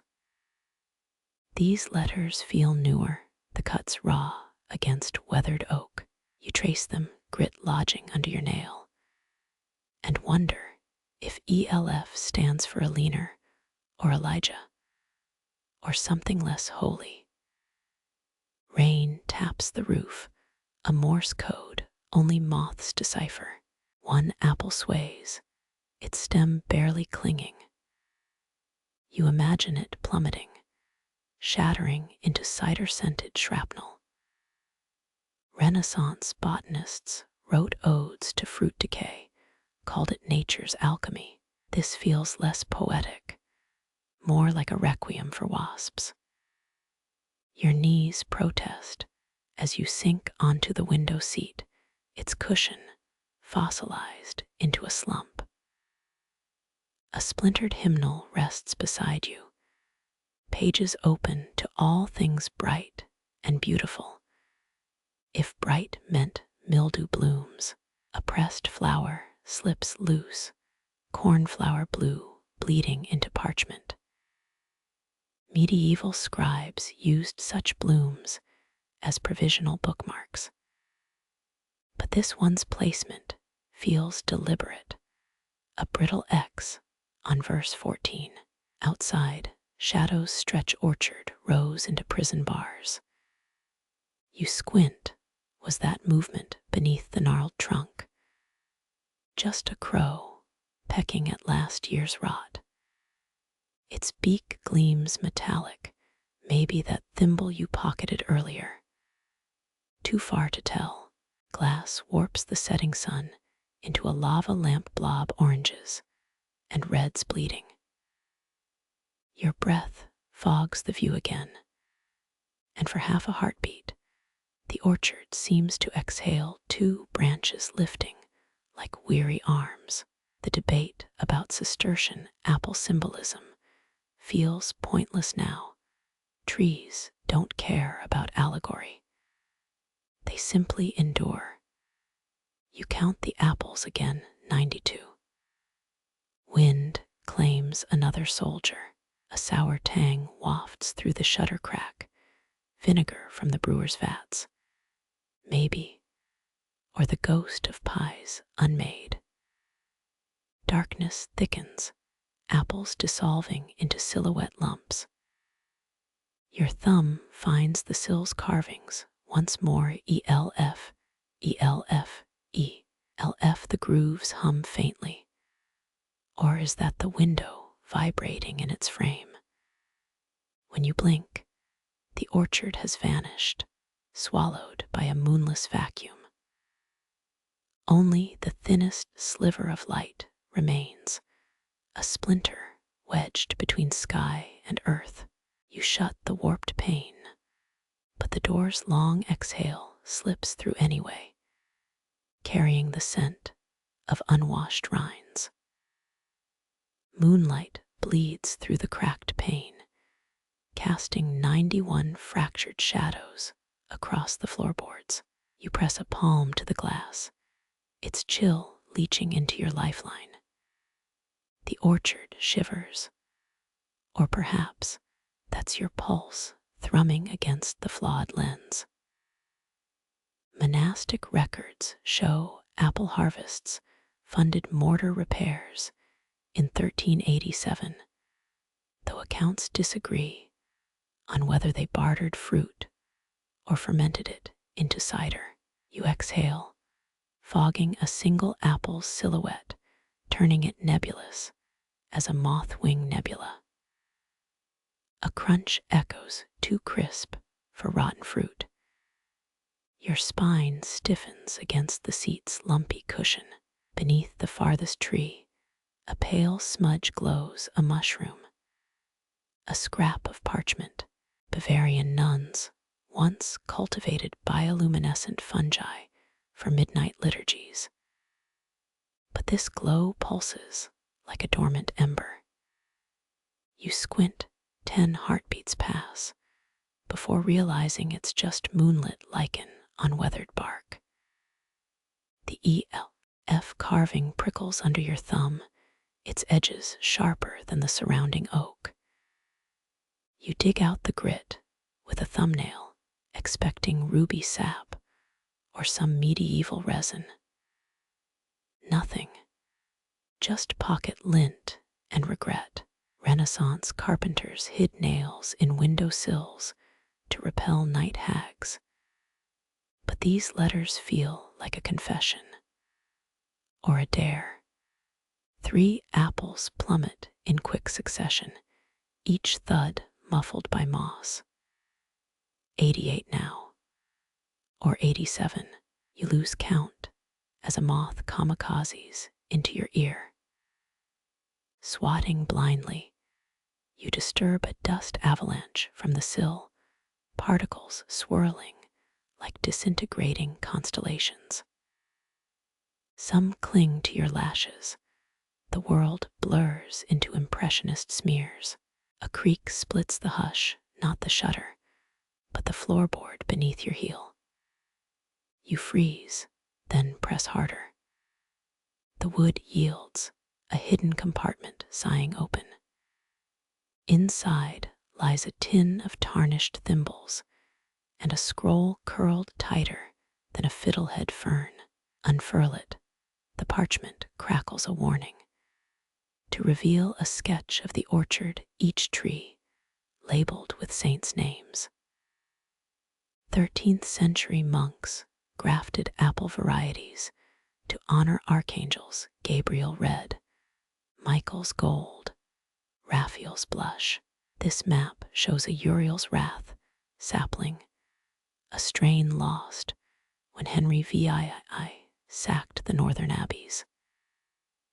Your fingertip hovers over its inked roots, digging for phantom tendrils. Wind riffles the page, lifting it from your grasp. The sketch floats, twists, then lodges in a cobweb. 8 silk strands quiver, transforming the orchard into a deranged spider's blueprint. You leave it there. Art deserves new interpreters. Rain resumes, needling the roof. With Morse code, even the moths misplace. 1 droplet wriggles through the shutter crack, splatting onto EL. If the letters darken, bleed, resolve into a blue-black stain. You recall Egyptian scribes using fermented apple juice as makeshift ink, though historians still debate if it smeared more than it clarified. The crow returns, wings shearing moonlight into shrapnel. It stabs its beak into the dropped apples, comes up empty. A vindictive caw echoes avian profanity. You snort, then muffle it with your sleeve. Laughter here feels illicit, like whistling in a crypt. Twin fireflies orbit your head, their flares syncopated. Medieval herbalists encased glowworms in glass to read nocturnes. A portable library lamp. These 2 seam content, drafting figure eights around your left earlobe. You hold still, breath shallow, until they spiral upward and vanish into plaster cracks. Another apple falls, 86 or 85. Math dissolves in the vinegar-tinged air. The crow's shadow stretches across the orchard, a Rorschach blot demanding analysis. You decline. Some metaphors should stay unopened, like that pickled mongoose jar in section 22. Your knees crack as you rise, window seat indent lingering on your thighs. The floor compartment still gapes, hungry for offerings. You drop the thimble collection inside, let future guests puzzle over their purpose. Tin meeting wood echoes like a far-off bell. Or maybe that's tinnitus from the silence. The hymnal's cornflower flake crumbles at your touch, blue dust spiraling toward the floor. Verse 14 murmurs beneath the stain, the purple-headed mountain, the river running by. You hum the melody, 3 flat notes, before the shutters bang in discordant applause. Moonlight dies mid-sentence, eclipsed by clouds or exhaustion. You grope for the window ledge, find the carving again. ELF grooves deeper in the dark tactile braille, demanding interpretation. Your eyelids dip, blurring the letters into senseless ridges. When the rain stops, dawn leaks through in feverish streaks. The orchard reappears, 83 apples clinging with arthritic stems. Or 82. You don't bother recounting. Some losses only matter in the tallying. The door groans, wind nudging it ajar, and the candle stub gutters out. You pocket a thimble for luck, or evidence, or sheer momentum. Behind you, the last unstruck apple trembles, its stem a frayed noose. You turn away. Let gravity decide the finale. Ash grits beneath your soles as you enter each step, releasing the ghost of scorched flour. The hearth yawns wide, its cast-iron throat choked with cinders. 3 charred loaves cling to the fire bricks, fossilized failures from a decade-old batch. Monastic bakeries once supplied entire villages, their ovens large enough to roast a boar, but this tomb smells of nothing, just the metallic tang of rain meeting soot. Your sleeve grazes the kneading table, its surface cratered by centuries of fists. Indentations resemble lunar maps, or maybe stress fractures from a carb-starved monk's rage. Legends say Bavarian nuns baked communion wafers with ground pearl dust, though that's probably just metallurgic tall tales. You chip off a bread shard, it snaps like burnt bone. The sourdough crock lies shattered in the corner, ceramic shards guarding a gray crust.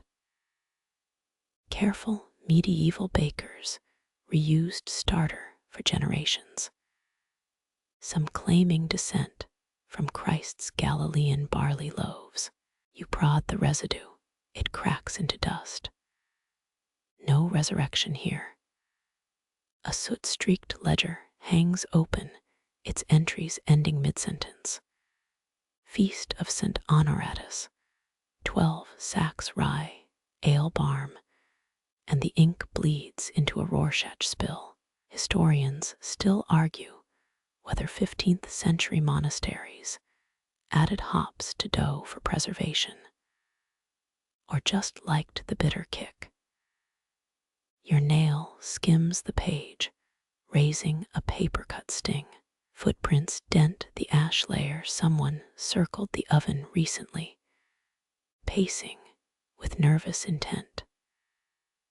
The tracks end at a rusted peel propped against the wall. Its paddle bears scratch marks, 14 vertical lines crossed by 3 horizontals. Prison tally. Bread score. You trace the grooves, index finger catching a splinter. Dawn seeps through a high slit, window gilding the ash motes. They swirl like reverse snowfall, fleeing the light. Your shadow stretches across the hearth, a gaunt shape mimicking the oven's maw. You have expected to exhale. Behind the flour bin, a mummified rat. No, a mummified dough sculpture of a rat, tongue lolling, paws curled, baked to leathery permanence. Purpose unknown. Theological joke. Pagan panic. Your muffled snort stirs the ash, it coats your teeth like blasphemous communion. Copper bowls hang from smoke-blackened hooks, green verdigris weeping down their sides.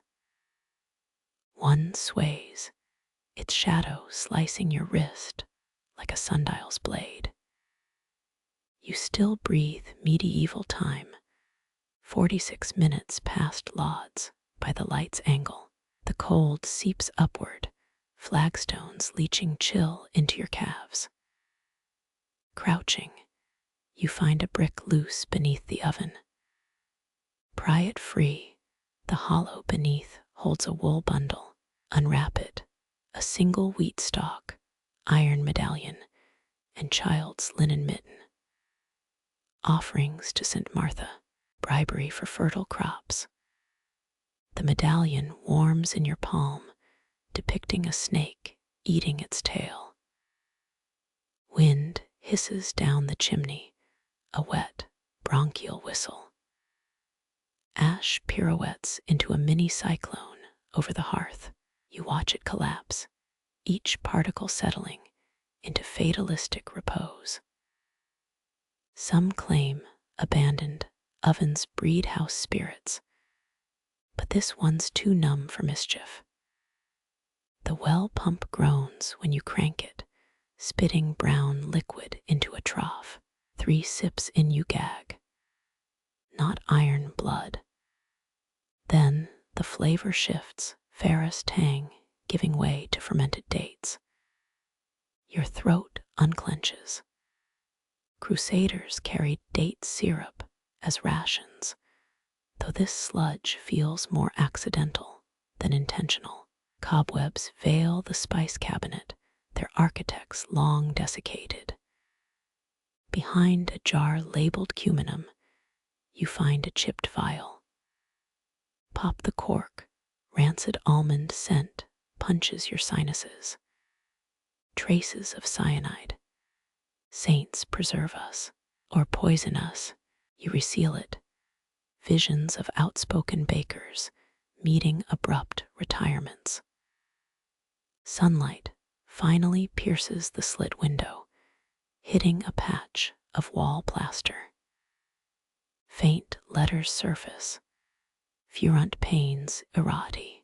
Latin scholars might translate it as there were angry breads. A concept your growling stomach appreciates. You press a palm to the phrase, plaster flakes clinging to your skin like ectoplasmic dander. The hearth sneezes, a final ash plume as you retreat. Your boot crushes something in the doorway.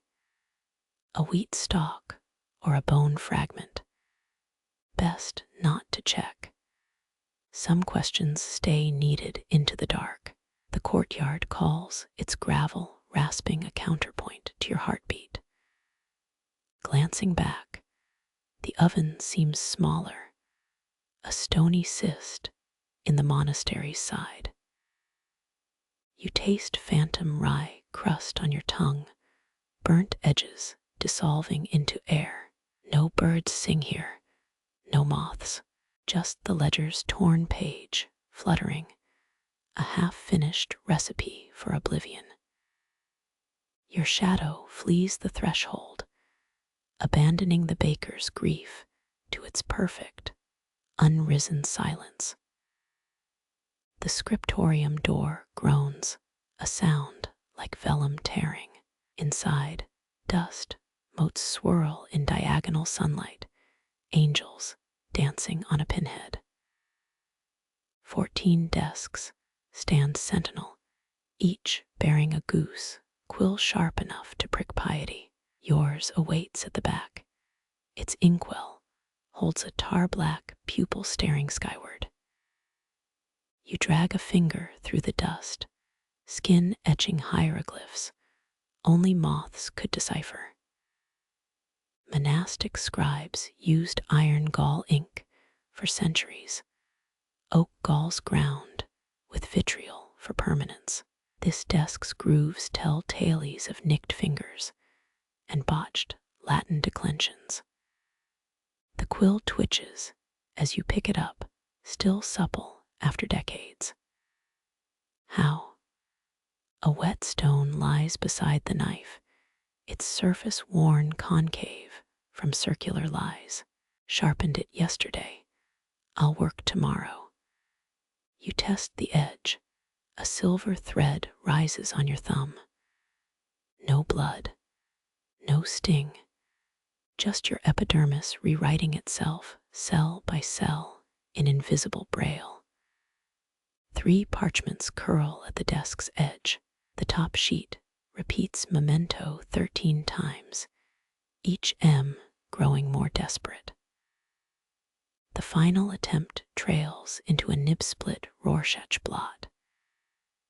Historians still argue whether scriptoriums forbade talking or buzzed with gossip about brother so-and-so's deviant cider habits. You blow dust off an ink bottle, its cork crumbles.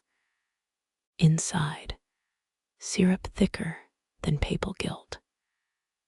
The quill resists. Split ends snag parchment fibers, each downstroke birthing a frayed martyr.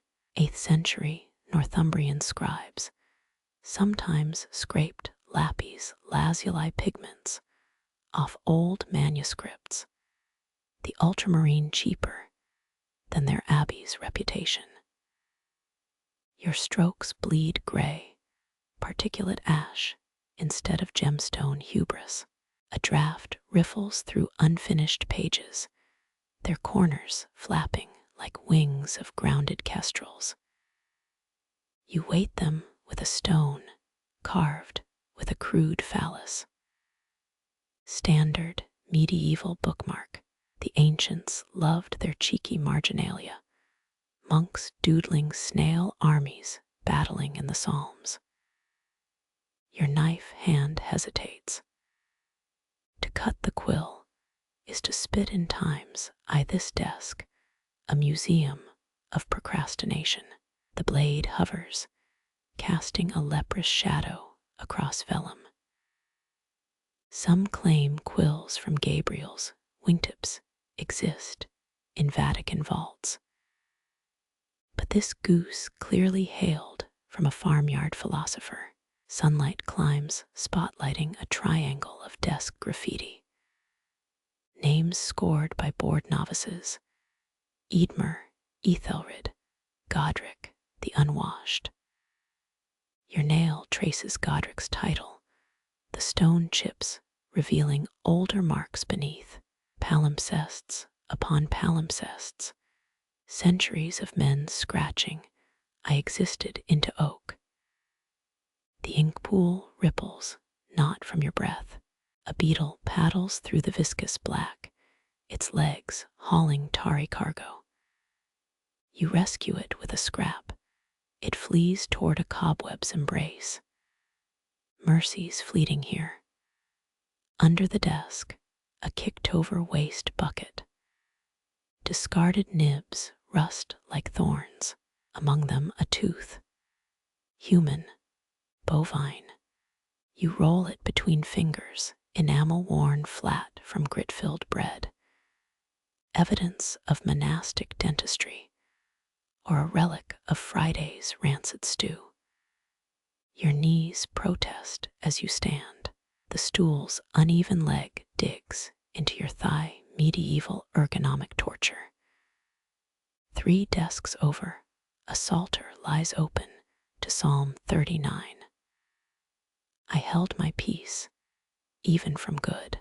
The scribe froze at good, a moth carcass pressed into the wax margin. Wind shrieks through a cracked lancet, a dissonant descant to your circling thoughts. You shield the parchments, though nothing here merits saving. The quill trembles in your grip, its barbed point craving purpose. 2 quick cuts, nibs split with surgical spite. Now it writes, now it judges. Ink meets vellum, a rapturous bleed. You inscribe one word, why? The letters warp, pooling into a black comet. Another draft lifts the page, sending your query airborne. It drifts into the nave, a sodden moth chewing through stained glass secrets. The knife slips, gouging the desktop. Fresh wood winks beneath centuries of grime. You vandalized a relic. Bravo. Tomorrow's scholars will misinterpret this scar as crusader angst or a really bad butter knife incident. Sunset ignites the western window dust, becoming fireflies. You rise. The stool topples with a clatter louder than damnation. Echoes ricochet off plaster, saints, their frowns deepening. At the threshold, you glance back. Your quill has rolled into the inkwell, a feathered Icarus drowning in self-made night. The desk exhales, satisfied, another visitor outwitted by parchment's patient hunger. Muffled bells toll none the 9th hour. Your shadow flees across flagstones, eager to escape what your hands have begun. Moonlight turns the courtyard into a mercury spill, your boots leaving temporary craters in the sheen. The fountain squats center stage, its basin choked with algae that glistens like poisoned velvet. You lean over, ripples distort your face into a Francis Bacon portrait. 9th century monastic fountains weren't decor. They were linked in for pilgrims. Thirsty travelers traded rumors here, crusader ghosts, relic smuggling nuns, which abbots wine cellar to raid. Your sleeve skims the water, algae parts to reveal stonework underneath. Carved eels coil around a mermaid's taloned fingers. Odd choice for a holy site.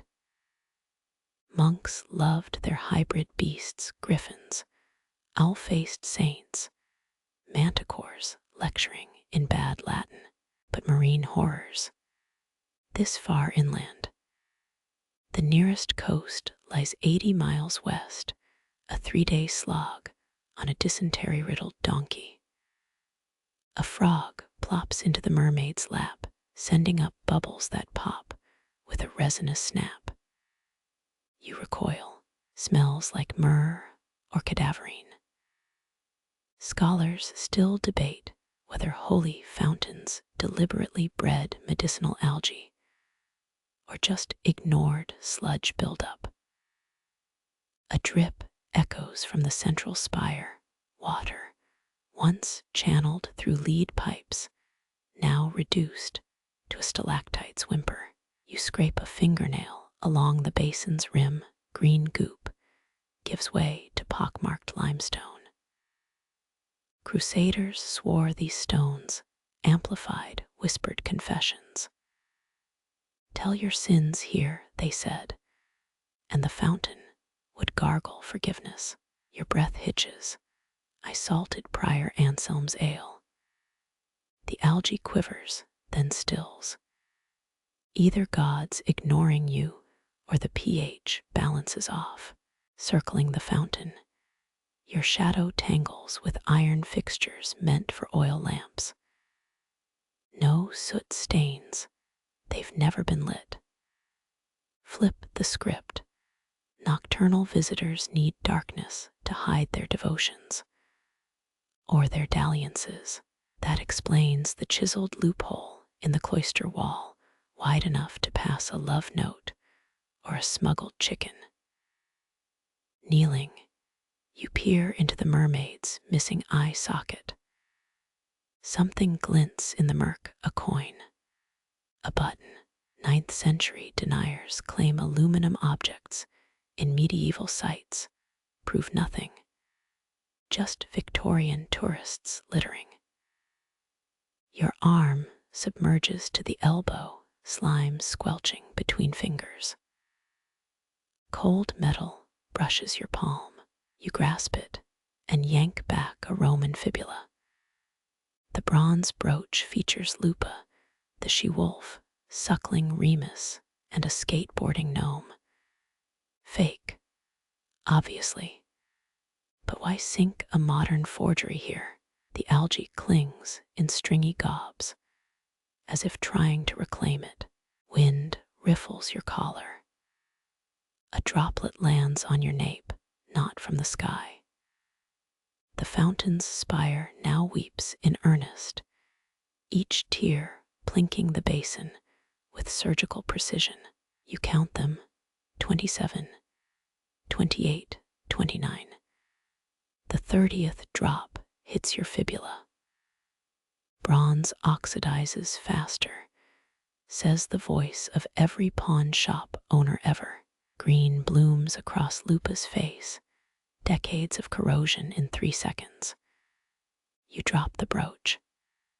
It sinks slower than physics allows, as if the pools thickened overnight. Footsteps crunch gravel behind you, rotating too fast. You slip on algal soup, elbow meeting stone with a nun-chastity belt clang. No one's there. Just your boot prints circling like a recorded loop. The moon ducks behind clouds. Fountain geometry blurs into a Rorschach puddle. When light returns, the water's still. No fibula, no ripples. Your reflection shows a stranger, cheekbones sharper, eyes smudged with fatigue or heresy. Prior Anselm's ghostly ale curse. Unlikely. More probable. You've inhaled too much mildew and medieval desperation. Retreating toward the dormitory, you pivot for a final glance. The fountain's silhouette now resembles a hunched scribe, quill bent, inkpot overturned. Algae creeps up the spire, climbing, reaching for the moon's wafer-thin crucifixion. You blink, it's just stone again. Mostly. Moonlight snakes through a cracked oculus overhead. Your shadow stretches into a distorted giant across warped floorboards. There, hulking in the room's center, a celestial globe tilts on its axis like a drunk god's toy. Wooden constellations peel where Libra's scales once kissed Scorpio's stinger. You circle it, craning to read the remaining zodiac labels. Medieval astrologers used these to predict plagues, or which nobles would die of excessive cucumber consumption. Stardust glints on the sphere's southern hemisphere. Real stars trapped inside. Unlikely. More probable. Generations of moths mistook lacquer for moonlight and dissolved there. Your pinky brushes Virgo's wheat sheaf, the grain carved with shocking anatomical correctness. 9th century monks got weirdly specific about agrarian symbolism. A hinge creaks as you tilt the globe. The fractured equator splits wider, black resin oozing from the gap like squid ink. Historians still argue whether these spheres functioned as teaching tools or moody decor for hermits who missed workplace drama. You lean closer. The resin reeks of fermented linden sap. Tap it. Your fingernail comes away stained vantablack. The void inside the sphere hums. Not a sound, a vibration in your molars. 15th century repair attempt. Sabotage. You spin the globe faster, wood groaning as Scorpio's claw catches Leo's mane. A splinter embeds itself under your thumbnail. Karma for mocking prior Anselm's ale. Moonlight shifts. The oculus's beam now illuminates the sphere's innards. Something glints in the abyss, a tarnished astrolabe dangling from a chain. Arabic numerals crowd its rim, plus a tiny etching of a monk riding a scorpion.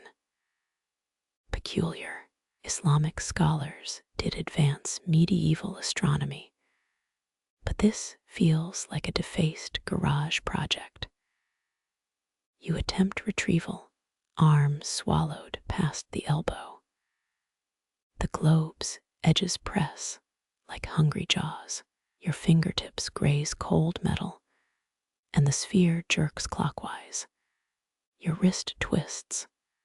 A dry snap echoes. The astrolabe clatters deep into the void. You yank free, sleeve shredded at the cuff. Classic monastery hospitality. Starlight, torchlight, now glowing through the globe's fractures, amber tendrils licking the ceiling. You squint through Scorpio's missing pincer. Fire swirls in the sphere's core, no heat, just contorting shapes. A face coalesces, bearded, lips moving soundlessly. Could be Boethius, or your barista from Portland. The flame dental's a date. XVII calendas Novembris. October 15th, your birthday. Coincidence or passive-aggressive cosmic billing. You blow on the flames. They gutter into embers, spelling memento mori. Overachievers, these medieval ghosts. Footfalls approach, not the caretaker's sandals. These click like chess pieces on marble. You freeze elbow deep in astral misadventure. The door creaks. Cold air licks your nape. The sphere's fire dies. Darkness floods the room, thick and velvety. A hand brushes your shoulder. You whirl, fist clutching the astrolabe chain, somehow back in your grip. Empty air. The door hangs open, revealing just a sliver of vacant corridor. Moonlight reappears. The sphere sits innocently, gash resealed, constellations realigned. Your torn sleeve mends itself stitch by stitch as you watch, either divine intervention or linen with commitment issues. The astrolabe warms in your palm. Its arrow now points northwest, toward the cellar, the bell tower, Cleopatra's Alexandria office park. No, monks hated wayfinding aids that made sense. You pocket it, feeling 12 kinds of cursed. As you exit, the sphere creaks, a single wooden star dislodging to shatter at your heels. Pick it up, shards rearrange into Ursa Major, minus the bare part. Just 7 points, mocking your ignorance. Dawn's first bruise purples the horizon. Somewhere a bell rings, or maybe a spoon dropped in the kitchens. The astrolabe thrums against your thigh, insistent. Northwest. Always northwest. You've swallowed 3 comebacks, and a headache since sundown. What's one more questionable decision? The astrolabe's pull leads you northwest through a narrow corridor where your elbows brush both walls. You arrive at an arched doorway, its lintel carved with sandals and bare feet in peeling gilt. Inside, row upon row of abandoned footwear. Cracked leather boots curled like dead leaves. Rope sandals unraveling into flaxen cobwebs. A pair of pattens with soles as thick as hymnals. Medieval platforms for avoiding street muck.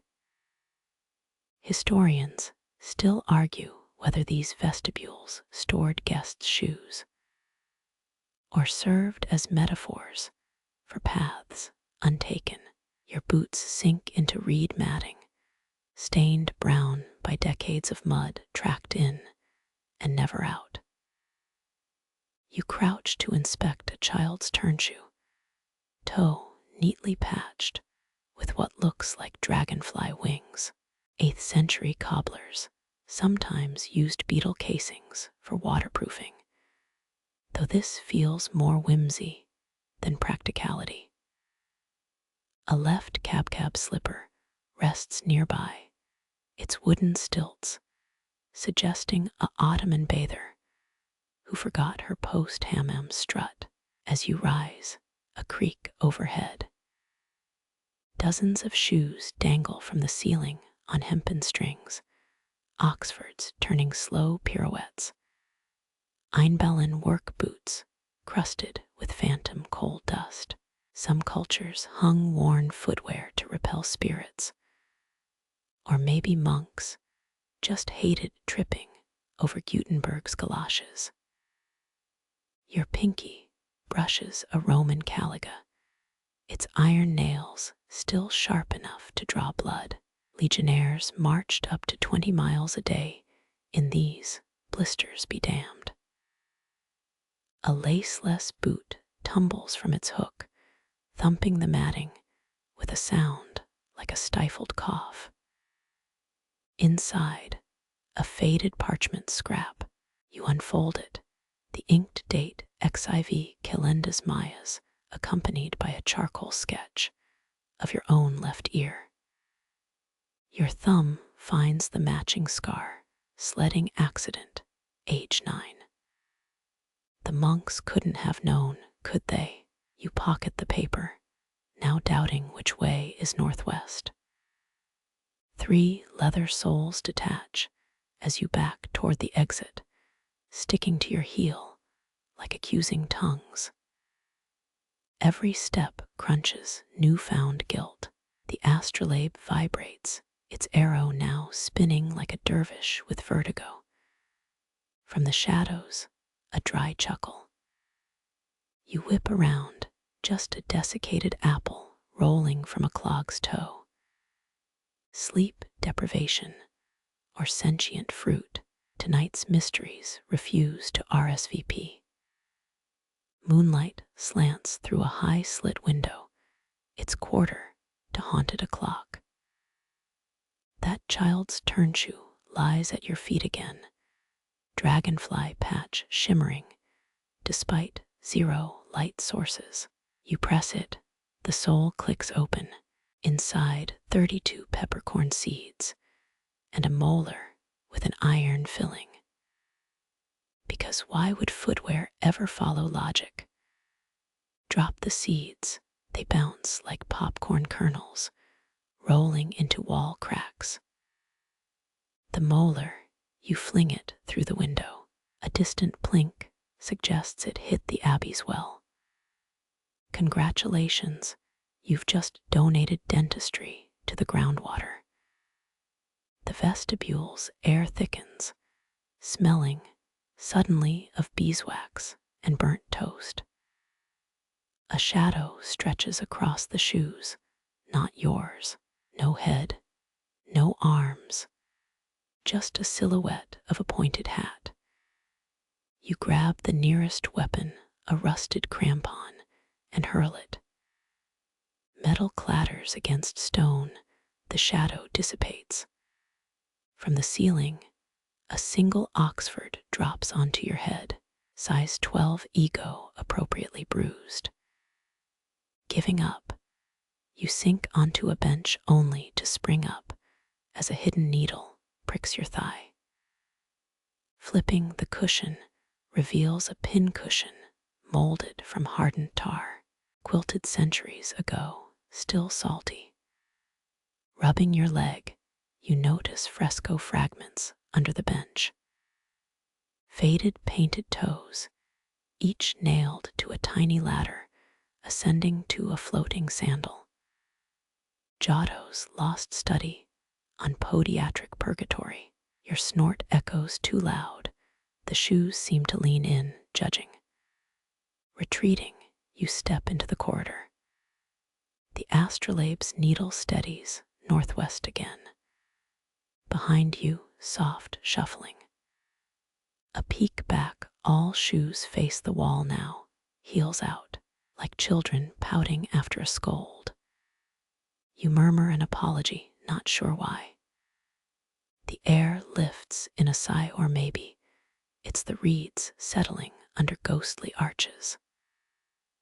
The corridor's chill nips your neck, your breath fogging, as you push open a door, band-aided with peeling varnish.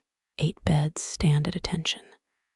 Linen starched into knife creases time forgot to soften. Dust cataracts veil each pillow. Only the nearest mattress betrays a dent, a body-shaped hesitation left mid-retreat. Monks once slept fully clothed here, wool tunics and belts still buckled to ward off nocturnal distractions, a survival tactic or medieval dad fashion. You file it under questions for Saint Benedict's ghost. Your heel grinds something brittle, a desiccated sprig crushed underfoot. Lavender, maybe, or wormwood, medieval mattresses stuffed with herbs to deter bedbugs, and possibly joy. The scent of attic and apothecary clings to the air, an olfactory reminder that hospitality meant something pricklier back in the day. You swipe a finger across the bed frame, ash wood worn smooth by centuries of furtive fingernails. Carved initials swarm like termites. W, R, a clumsy fleur-de-lis. A draft funnels through a mouse-chewed vent, rippling the nearest sheet. For a heartbeat, the fabric billows into a phantom occupant. Historians still argue whether these dormitories enforced silence or hummed with whispered gossip about who snored in C-sharp. You pinch the blanket's edge. It crackles like papyrus. Pulling it back reveals a stained mattress ticking, burlap ribs split open, spilling straw as fine as monkish patience. Something glints in the hay, a twisted hairpin. You dig deeper, your fingers close around a Roman denarius, Hadrian's profile, eroded to a noseless leer. Coins in bed frames, warded off the evil eye, or paid for midnight snacks when the refectory zealots weren't looking. The vent howls again, a discordant note that doesn't match the wind. Your nape prickles. That indented mattress looks deeper now, as though its absentee just shifted weight. You retreat to the next bed, its blanket taut enough to bounce a drachma. Kneeling, you peer underneath. Cobwebs bridge the bedposts, tenantless hammocks swaying in stale air. But there, between the legs, a chip of blue ceramic. Delftware. Ming. You roll it between thumb and forefinger cold as a dentist's mirror. Dutch traders smuggled tulip bulbs in pottery shards during the craze of 1637. Or so claimed that one professor who definitely didn't forge his sources. The vent's moan climbs an octave, a tea kettle on the cusp of screaming. You stand too fast, hip grazing the bedpost. A hinge creaks overhead. Looking up, you find a hatch in the ceiling, a rope dangling like a noose, waiting for volunteers. Storage loft. Monk-sized panic room. Your palm greets the rope, it stiffens, resisting your tug. Then, with a groan, it unravels in a landslide of dust and dead moths. You're left holding 3 feet of hemp, the rest coiled on the floor like a judgmental snake. A sneeze hijacks your sinuses loud enough to wake Abbess Hildegard herself. When your eyes stop watering, the dented mattress lies smooth again. Not a ruck in sight. You chuck the rope remnant. It thumps the wall with a hollow blonk. Plaster rains down, revealing a brick etched with "Is that a hangman's sketch of a rooster?" Backing toward the door, you misjudge the step. Your elbow spears through a web curtain, its architect skittering up your sleeve. You perform the universal get-it-off dance, the spider bungeeing to safety as you collide with the 8th bed. Its frame screeches across the flagstones, unearthing a square of floor-worn concave by nightly prayers. A rusted chain's link glints in the depression. Celtic, Merovingian. Your brain serves up Vikings, always Vikings, but the latch mechanism hisses 19th century chastity belt. Moonlight bleeds through a crack in the shutters, illuminating motes that swarm like stirred-up guilt. Your shadow stretches across the re-smoothed mattress, head merging with the pillow's frayed edge. For half a breath, it looks like you're lying there still as a tomb effigy. Then the cloud passes. The room exhales. Somewhere, a spider rebuilds its empire. You pocket the denarius, its edge sawing a faint line through your woolen pants. The door whispers shut behind you, hinges sighing relief. The corridor's torches gutter low, each flame bowing northwest like a cowed servant. You follow, leaving the dormitory to its unblinking vigil. The last bed's shadow twitches, just once, as you turn the corner. The corridor's torchlight dies at a low archway, its keystone carved with grapes swollen to bursting. You duck inside, your nose assaulted by vinegar's acid tang. Barrel staves bulge like overfed hogs, their iron hoops weeping rust onto flagstones. A ladle hangs from a nail, its bowl crusted with something between maple syrup and sin. You dip it into the nearest cask. The liquid oozes out black as bishop's robes, chunkier than Sunday sermon gilt. Monks brewed ale stronger than modern beer, liquid courage for vespers. Your sip starts as caramel, then curdles into a taste bud's mutiny. Cheeks puckering, you picture some bearded brother giggling as novices choked this down. A ledger lies splayed on a barrelhead, June 14th. 3 pints to Brother Sixtus for ratting out the novice's mead stash. Historians still argue whether medieval brews contained hallucinogens, or if that's just modern stoners projecting. You gag the aftertaste, suggests 6 kinds of mold, and a misguided dash of saffron. Leather straps dangle from the ceiling, once suspending cheesecloth filters, now home to spider condos. Your sleeve brushes a web, the resident dive bombs into the ale. No lifeguard on duty. A slick of oil swirls where it fell, rainbow hues mocking your grimace. Beneath the vat, a brick loosens under your boot. You nudge it aside. A clay bottle glints, stoppered with what smells like pig bladder. Inside, sludge the color of a fresh bruise. Experimental hop substitute. Moonshine for exorcisms. Your tongue vetoes further sampling.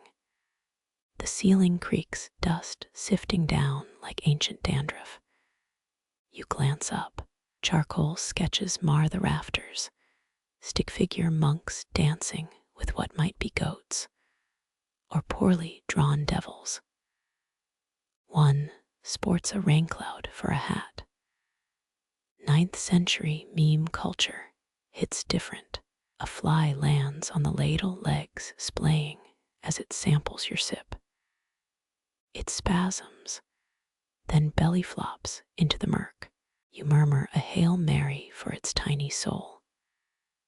3 casks over, something gurgles, a wet burp from the depths. Prying off another lid reveals a mushroom colony thriving on the surface, their caps velvety as a cardinal's slippers. You prod one, it disintegrates into spores that flee up your nostrils. The sneeze echoes off stone, rumbling through the cellar like a minor plague.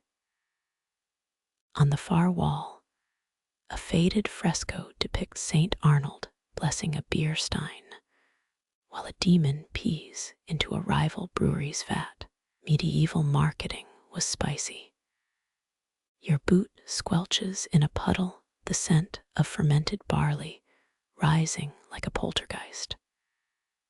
Crouching, you spot a cork bobbing near the gutter. Fishing it out, you find Latin etched into the side, non est ebrietas hic. There is no drunkenness here. Sure, Jan. A broken quill floats past, its nib bent from writing too many tankard-related alibis. Moonlight slinks through a high-slit window, catching the ale's surface just so. For a heartbeat, the liquid gleams gold, frothing as if freshly poured. Then the illusion pops back to brackish soup. You swear the mushroom spores hum as you leave. The door sticks, swollen from centuries of evaporating bad decisions. Shouldering through, you exit into a hallway that smells of damp and disappointment. The ladle's handle leaves a sticky imprint on your palm, a sacramental stain you'll find later, scrubbing furiously at dawn. The hallway's dampness fades as a draft tickles your neck, carrying the ghost of feathers. You follow it up a spiral stair, each step crunching grit that glitters like shattered eggshells. The aviary waits, a domed cage of rusted iron, its door swinging on one hinge. Sunlight slants through broken panes, dust motes swirling where linnets and larks once dueled in song. Medieval lords kept nightingales in jeweled cages to prove their refinement. Your boot nudges a desiccated lump bird droppings, once harvested for ink by thrifty scribes. Cobwebs drape empty perches like gauzy morning veils. You whistle a nursery rhyme, the notes bouncing off copper wire mesh. An echo answers, higher, lonelier, as if a wren's spirit joined the chorus. Historians still bicker whether cloisters kept birds for music or as feathery little mail carriers. A mummified swallow lies near your foot, wings spread in final defiance of gravity. You half expect it to dissolve into ash, like some avian Dracula. Instead, it just crumbles, releasing a spiral of down that clings to your sleeve.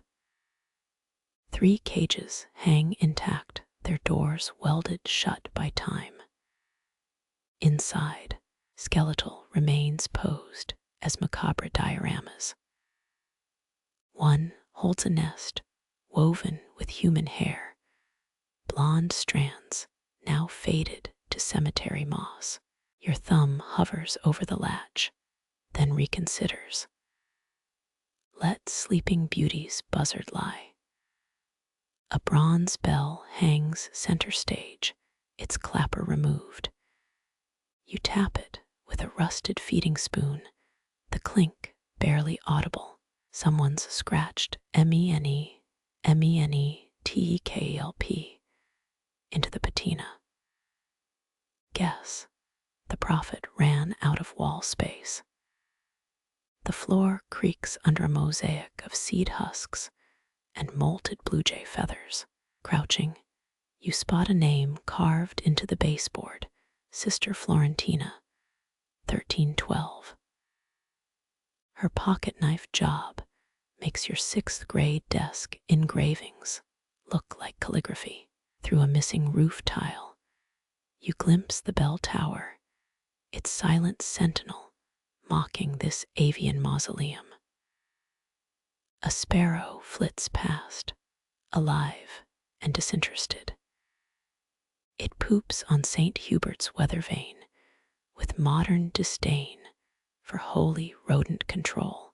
Your drained ladle, still clutched like a security blanket, catches a sunbeam. The dried ale crust glints, mimicking caged starling plumage. You half expect it to burst into song, but it just smells like regret and yeast. Wind surges through broken windows, tousling your hair, impersonating wing beats. The bell sways on its chain, groaning a single dissonant note.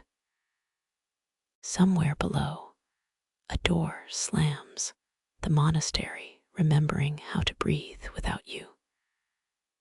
The slammed door's echo herds you toward a vaulted chamber, its air reeking of vellum and unmet deadlines. Dust-filmed parchment mounds resemble miniature Alps, peaks collapsing under their own weight. A single sheet clings to a tilted lectern, its surface scarred by 52 iterations of remember. Medieval scribes used oak gall ink, concocted from parasitic wasp nests, soaked in iron. Your nose wrinkles at the vinegar-sharp tang, still clinging to the parchment. That final R bleeds like a stuck pig, quill tip speared halfway through the downstroke. Scholars once flavored ink with urine to prevent mold, though you're certainly not sniff testing that hypothesis. Each remember tightens its cursive letters, compressing like a monk's spine after sexed prayers. The 9th row veers off, a blotch suggesting sudden arm cramp or divine interruption. Historians still debate whether scriptorium fires came from Viking raids or friars napping near candles. No scorch marks here, just the acid sting of ink devouring parchment over centuries. Your shadow falls across the page, awakening a vein of gold leaf in the margin. It squirms under indirect light, a gilded tapeworm wriggling through the M's hump. You trace the path, only for your nail to snag on a hidden layer. The parchment's underside bristles with erased text, ghost letters swarming beneath the remembers like minnows. A splintered quill lies beneath the desk, its nib bent into a cryptic hook. You twirl it, half expecting invisible fingers to grip yours. Completing the accursed R, the wood flares warm, then cold, as if channeling the scribe's fevered final hour. That's either medieval ergonomics or bad karma. You decide halfway through spinning the feather. 3 ink pots crust over beside a bone knife, edge nicked from cutting nibs.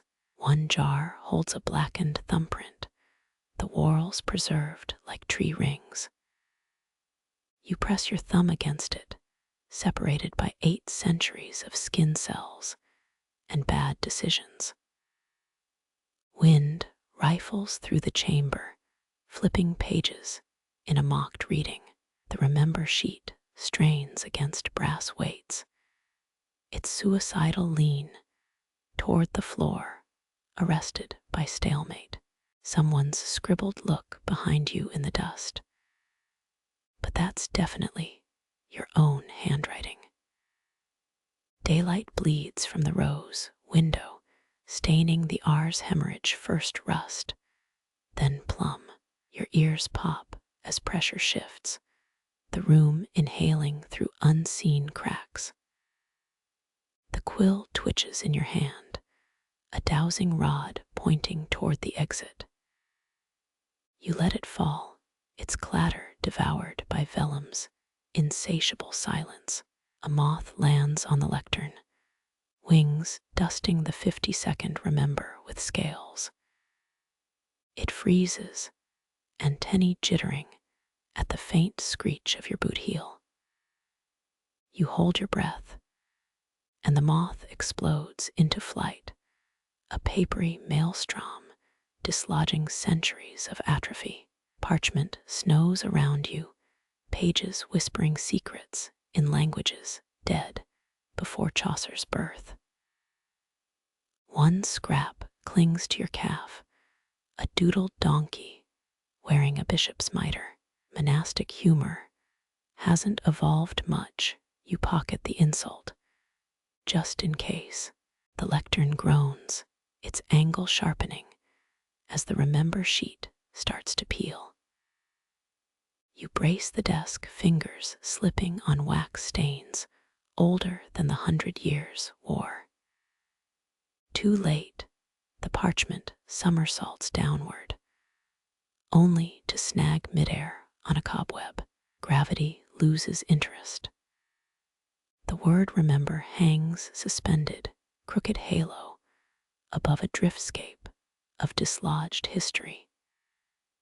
12 seconds pass before the web snaps, dropping the page into a shaft of dying light.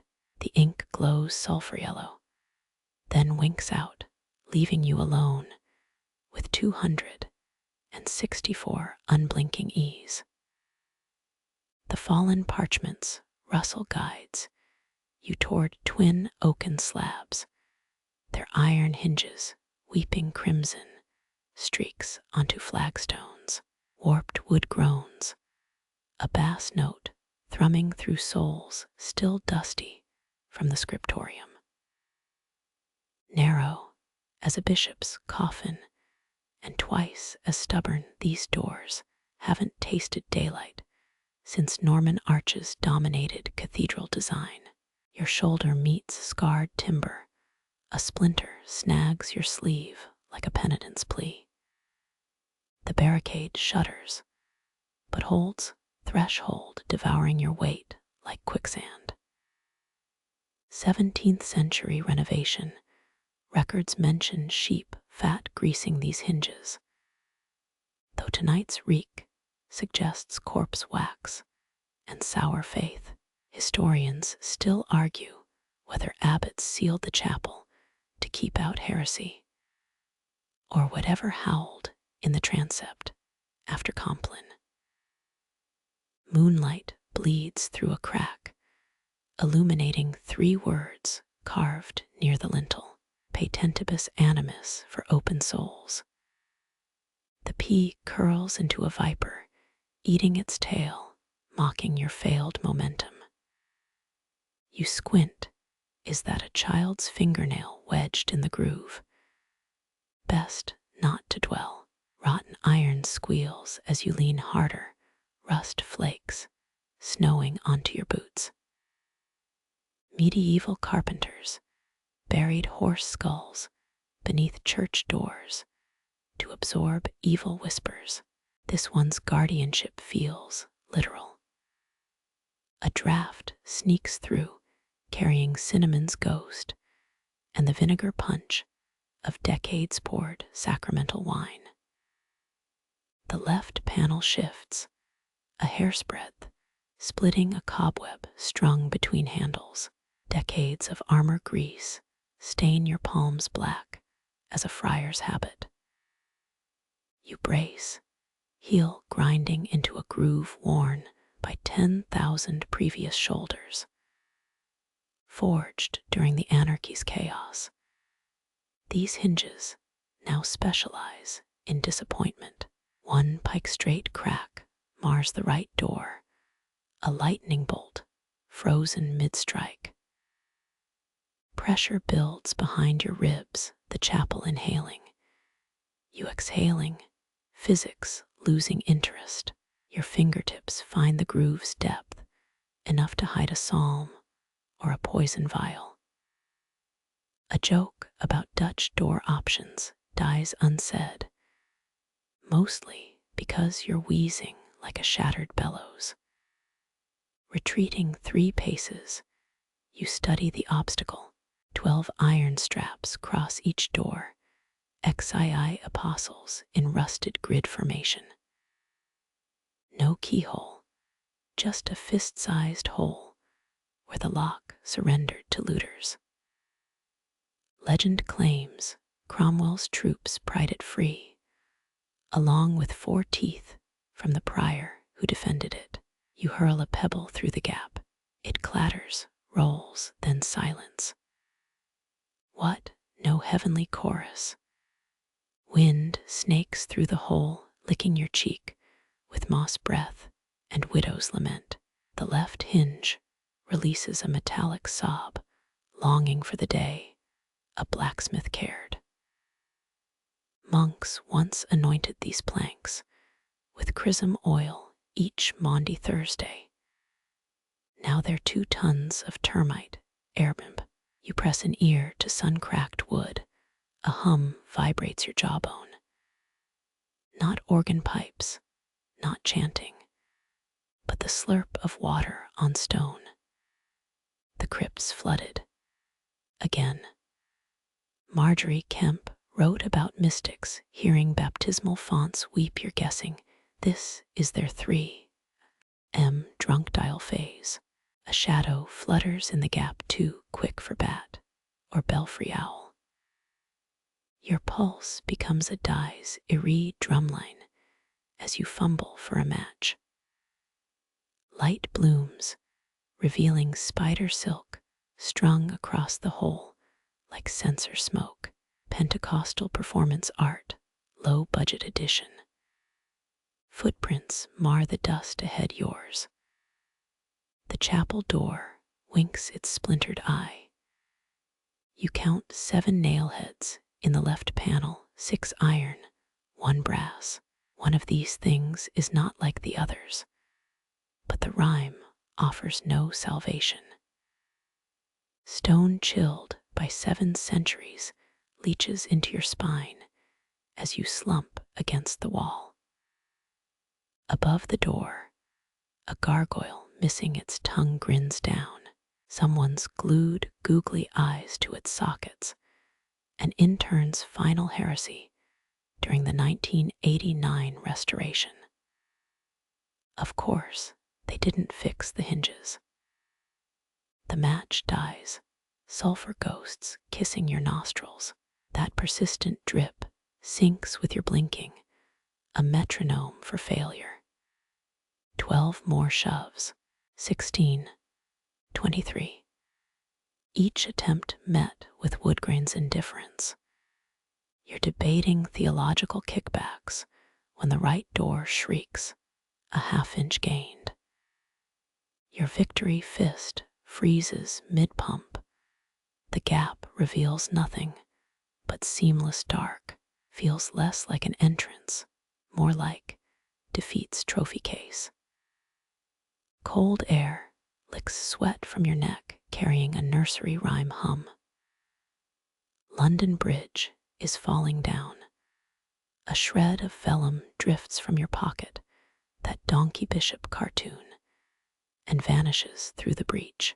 Monastic humor indeed. You press forward, forehead to oak, inhaling mildew and hubris. The door flexes and holds. Twin red stains bloom where your palms lingered, stigmata for the chronically stubborn. You retreat, dust sketching your curse in drab fresco across the nave. Above the silent altar, a single shuttered lancet ticks with wasp-wing urgency. Outside, if outside still exists, an apple detaches in the orchard. The thud arrives 6 centuries late, muffled by stone and poor life choices.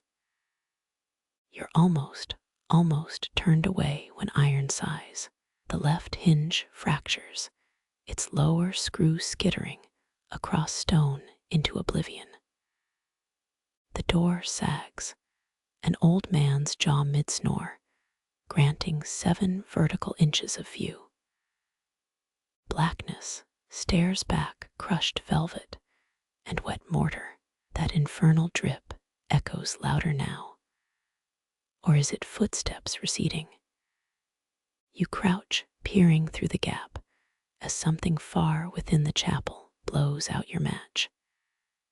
The archivist's lamp carves a wavering path, rust-hued circles on buckling shelves. Nefertari materializes like an ink-smudged specter, her gray braids swaying as she mouths shelf marks. MCCXLV. MCCXLVI. You glimpse crumbling spines, each codex swaddled in linen, yellowed as a pharaoh's bandages. She pauses, nail hovering over a gap where a volume named VII should cradle dust. Her throat clicks, a sound parchment makes when torn.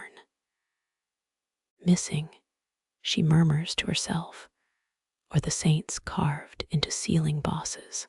The Carfax manuscript's rediscovery in an Essex chicken coop made headlines. But these absences feel heavier. A ledger lies open, entries bleeding across vellum like beetle tracks. You trace a faded Hibernia, its ink blotted by what looks like mead or penitent tears. Historians still argue whether medieval catalogers organized knowledge for God's glory or to confuse French invaders. Your sleeve grazes a shelf. 9 beeswax seals cascade down, each imprinting a queen's profile on your boot. Forgotten tithes, Nefertari whispers. Unpaid since Henry dissolved the chantries, interest accrues in purgatory.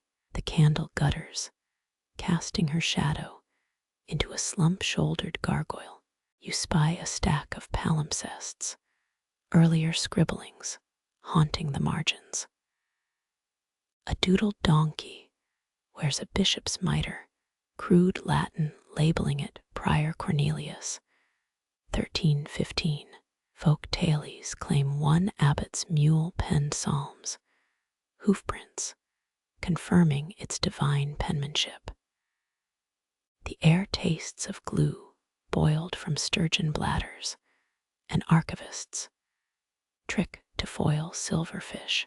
Your finger catches on a folio's edge, a moon-pale scar slicing your thumb. The wound beads, a crimson pearl rolling onto a marginalium's plea. Pray for Brother Anselm. Lost to the Nefertari drifts deeper, counting gaps in her serpentine path. Volume 19 missing. Volume 22 missing. A joke about library fees perishes. Her tone suggests fines payable in finger bones. You pivot, kicking over a box labeled candles. Extinguished, a moth-eaten cope spills out, embroidered with Leviathan, swallowing its own tail. 10th century monks stitched hidden heresies into vestments. Cross-stitched serpents masquerading as vines. This one's teeth glint with tarnished thread, and our robber-rose grinning through centuries of oversight. The archivist's lamp dims, a sentient glow resisting extinction. You squint at a stack of writs, their wax seals stamped with scorpions instead of crosses. Papal bulls nested here once, but these resemble an inquisitor's rejected drafts. Dust motes swarm a galaxy swirling around Nefertari's bent head.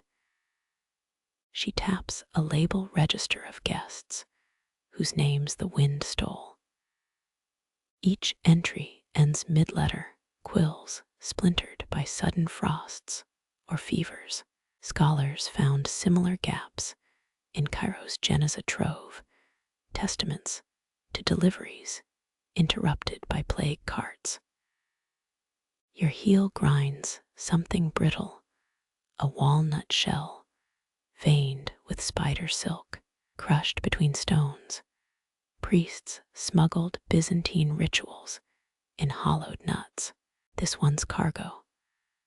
A scrap of skin inscribed with musical notation for a hymn the Reformation's silenced. Cold seeps through souls grown tender from crypts and cloisters. Nefertari's tally becomes a lullaby. Volume 30 missing. Volume 31 missing. Peeled ledgers whisper as you pass, their pages exhaling confessions of ink fraud and midnight suppers. A psalter lies splayed, its Te Deum scored through with charcoal. Anonymous hands sketched dragons in the gutters, mouths aglow with hellfire. Someone's added speech bubbles. 10th century health codes demand more virgins. Monastic humor, the original dad jokes. The archivist vanishes behind a pillar, her lamp reduced to a sickly ember. You lean against shelves, groaning with tax records on thimble-sized turnips. Agrarian finances answer to insomnia. A mouse darting across your foot fails to startle. This place annexes panic. Moonlight sieves through a slit window, checkerboarding shadows over a desk's disarray. Half-melted candles frame a folio labeled Benedict's unapproved appendices. Recipes for ale brewed with grave mold architectural plans for a never-built brothel. Nefertari's voice phrase to a whisper. Volume 40 missing. Fatigue weights your lids, each blink staining the dark with afterimages of her swaying lamp. You sink onto a pew salvaged from a shipwreck, its wood still pungent with North Sea brine. The missing volume's ghosts press close, their gaps a louder presence than moldered words. Your fingers brush something warm amidst the rot. A clay jar radiating desert heat. St. Bede's pilgrims carried Egyptian sand, As prayer aids, this relic still hums with noon's memory.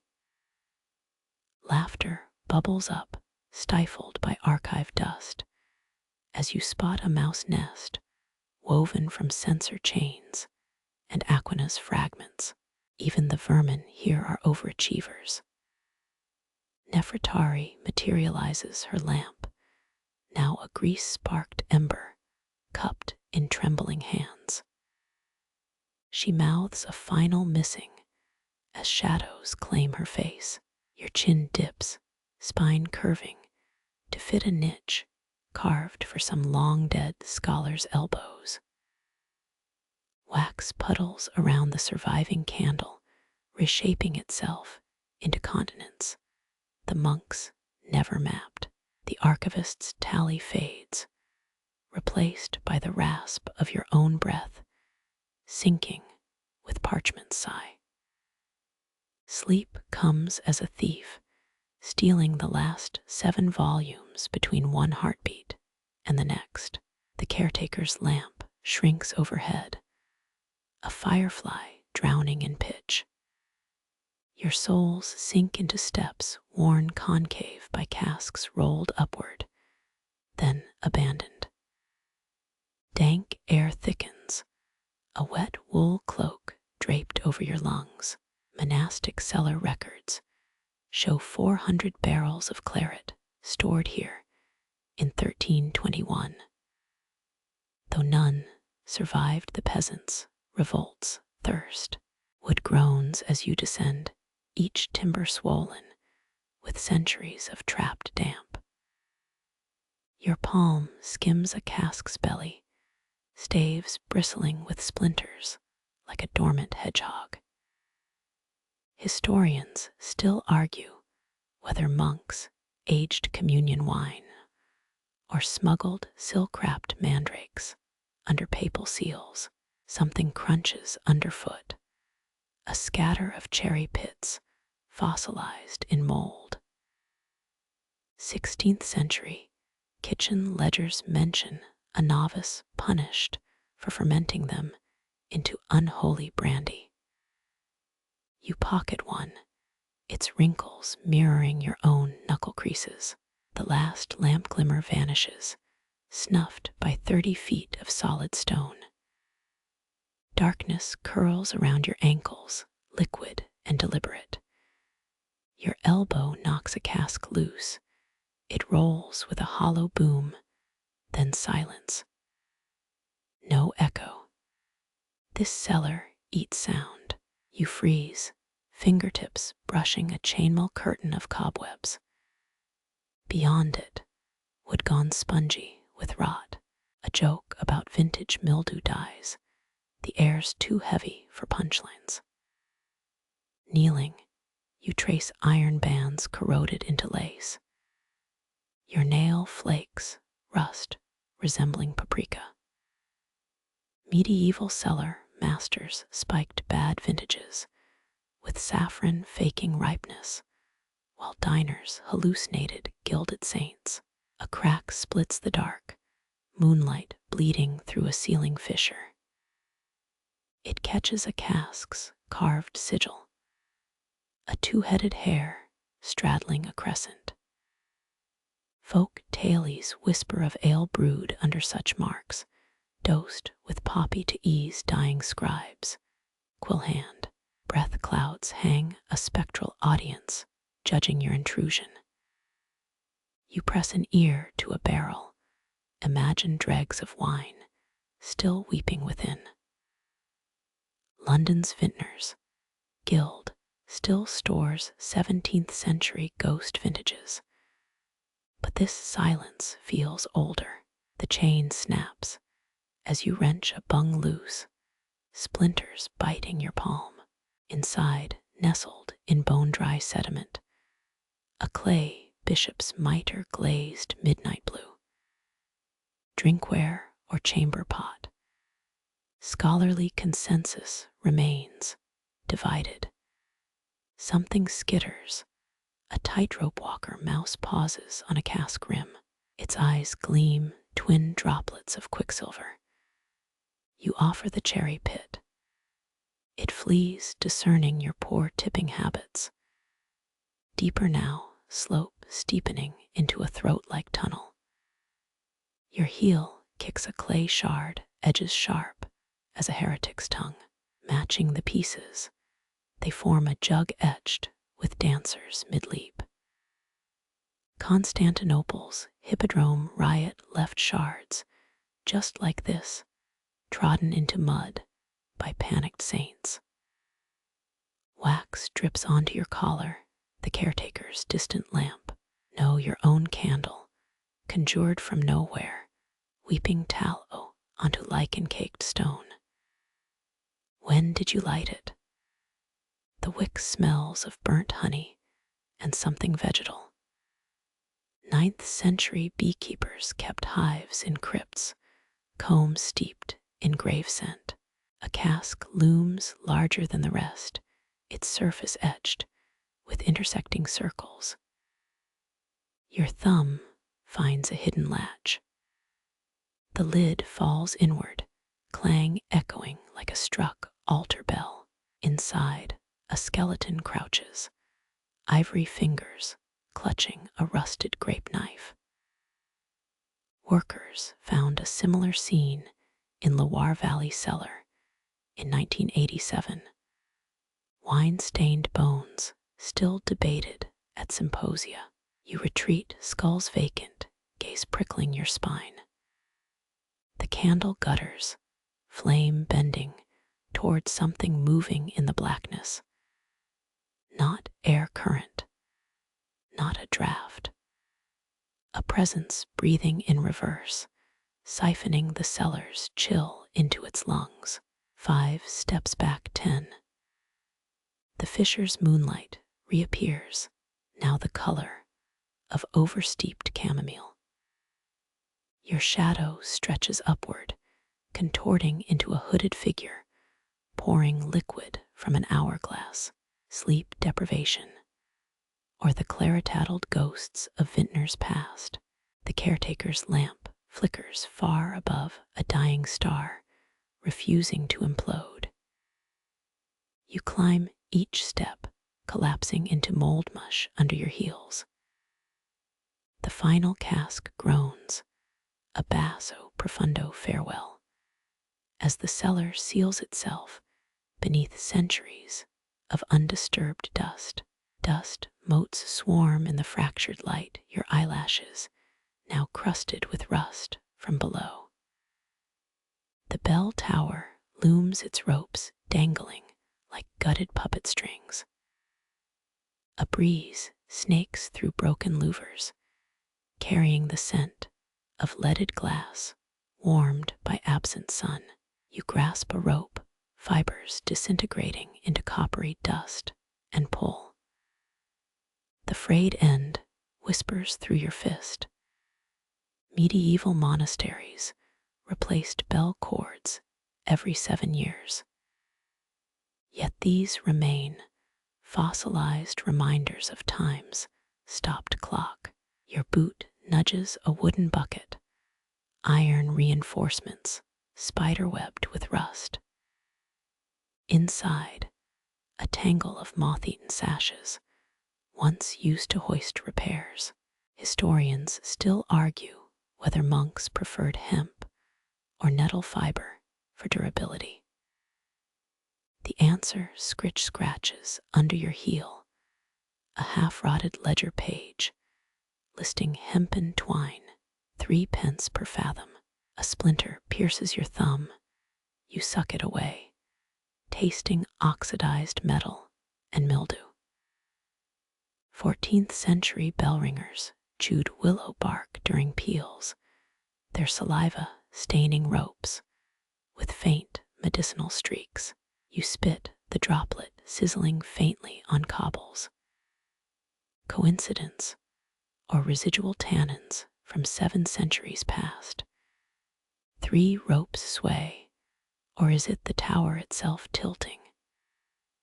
1 bears claw marks, ragged furrows scoring the fibers. Local folklore claims a stranded raven tried, clawing its way to heaven. but taxidermied wings in Avignon's museum suggest more earthly escapes. You climb, treads groaning underfoot.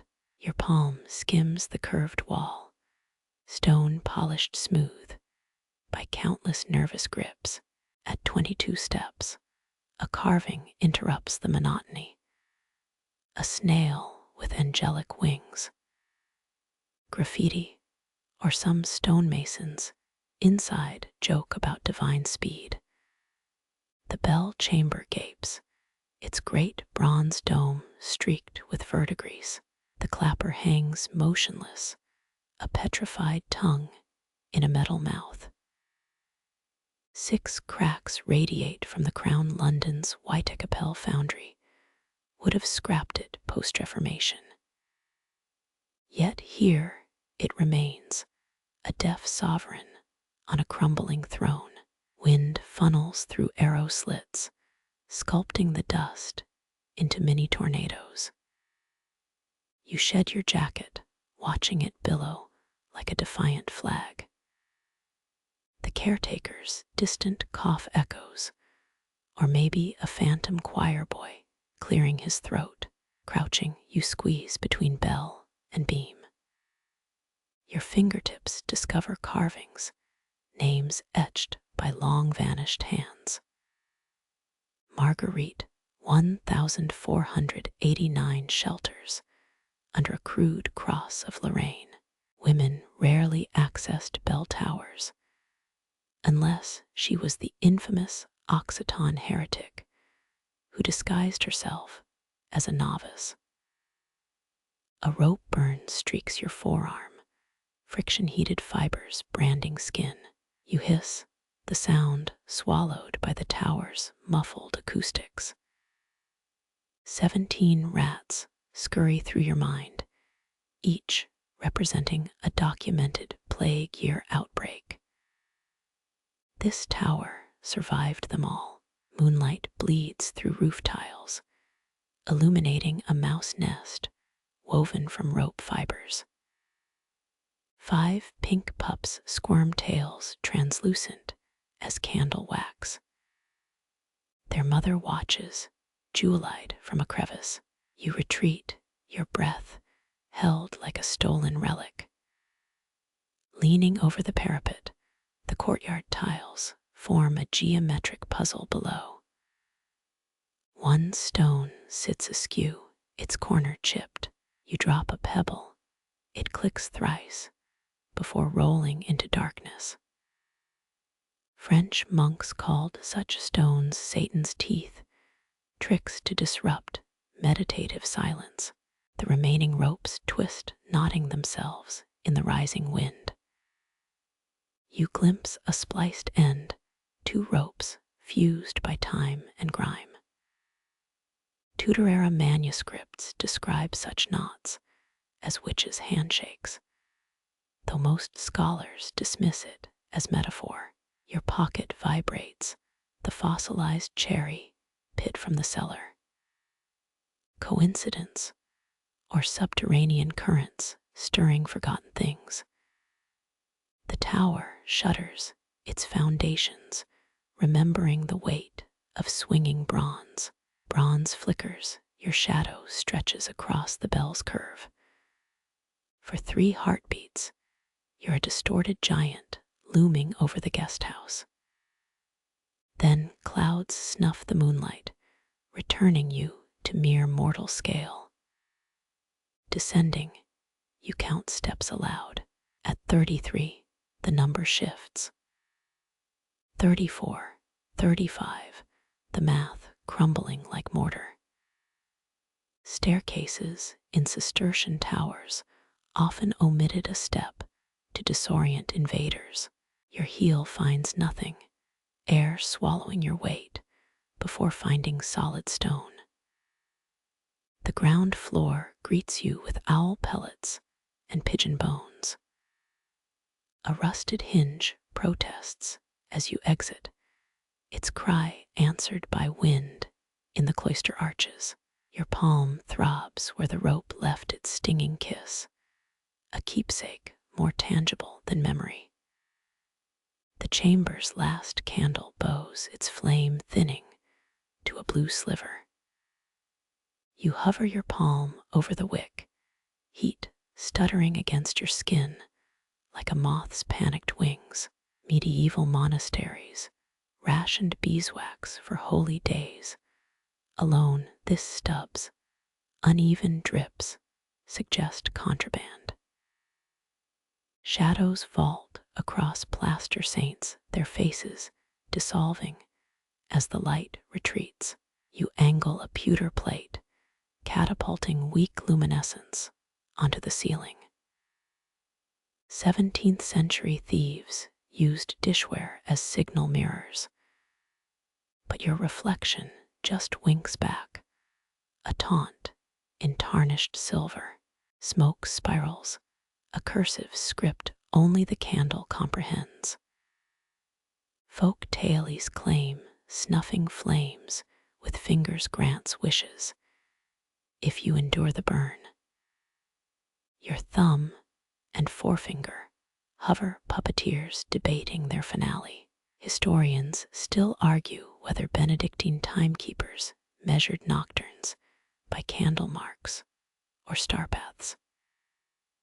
The answer fizzles as wax pools around a moth carcass, both timer and tomb. You peel solidified drips off the table each, flake a miniature amber sarcophagus. Someone's nail once scratched HYTTE into the wax, Middle English for be cautious. A joke, or last century guests' crumbling sanity. The letters melt against your palm, staining skin with spectral ink. Wind shoulders through a cracked pane. The flame contorts into a grappling hook shape. You shield it instinctively, your cupped hands a cathedral nave. Dead Roman soldiers allegedly carried candle embers in hollowed turnips, but your makeshift lantern only exhales smoke rings. 3 drafts collide, the flame bifurcates, twin pupils dilating in the dark. You recall the spliced bell ropes, their knotted marriage of fibers. Maybe combustion has its own matrimonies, a polygamy of oxygen and heat. Blink, the flames refuse their reunion, prickling your nostrils with singed flax. The wick nodules, carbonized beads strung like a damnation rosary. You skewer one with a fingernail. It crumbles into biblical ash. Carmelite nuns reputedly ate charred wick scraps during famines. Though your stomach churns at the thought, a gurgle echoes, whether body or building, you can't tell. Moonlight bleeds through shutters, dousing the candle's authority. You pinch the wick, resin searing fingerprints, but light persists in the afterimage. Pre-Sumerian priests interpreted retinal burns as divine sigils. Your smoldering thumbprint just spells regret. A wax rivulet breaches the saucer's edge, crawling toward the Benedict's rule on the nightstand. Rescue efforts involve a frayed bookmark, its embroidered tassel sizzling upon contact. The book survives, minus Psalm 67's final verse, now embalmed in paraffin. Breath becomes your enemy, each exhale threatening the flame's last pirouette. You practice the pursed-lipped respiration of Victorian lamp tenders, cheeks hollow, airflow disciplined. The flame stabilizes, then lunges, scorching a thread of your sleeve. Mutual assured destruction. Floorboards creak, or is it the wax contracting? You press an ear to the wood, resonances humming up through mandible bone. 18th century Taoist monks transmitted coded messages via floor vibrations. But this Morse code spells only cold, cold, cold. Shadows congeal into shapes. A cloak draped over a chair becomes a slumped figure. You address it, if you're Nefertari, the archivium's flooded. No reply, though the cloak's hem twitches like a skittish cat's tail. Sarcasm dies in your throat, unsure if you're mocking fear or courting it. The candle spits its final spark, a minuscule supernova against your retina. Darkness inhales, your pupils swelling to accommodate the absence. Bavarian mystics believed absolute dark could boil a man's eyeballs. Yours just ache with pixelated static. You fumble for the tinderbox, knuckles wrapping glass vials and dried inkwells. Flint strikes, the eruption reveals your lap swimming with ledger pages. Each spark paints the room in strobe-lit tableaus, a film reel of desolation. Smoke lingers, a charred ribbon twisting toward the ceiling's black mouth. You lie back, blinking at nothing, tasting centuries of extinguished wicks. Carthusian scribes brewed lampblack into communion wine during sieges. Your tongue wonders if heresy ever tasted this acrid. Hours compress, each second a grain in an hourglass's clogged neck. The cellar's fossilized cherry pit warms your pocket, its vibration stalled. Dawn feels less like a promise, more like a debtor knocking. Somewhere, a shutter detaches, its clatter ricocheting through hollow halls. You count breaths until dawn, each exhale a down payment on sunlight.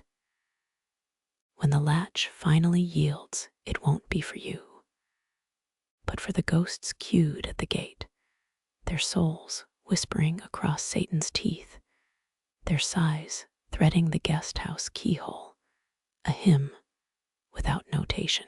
The gate's wine slices dawn's first blush, iron grinding against iron, like a monk's arthritic knees.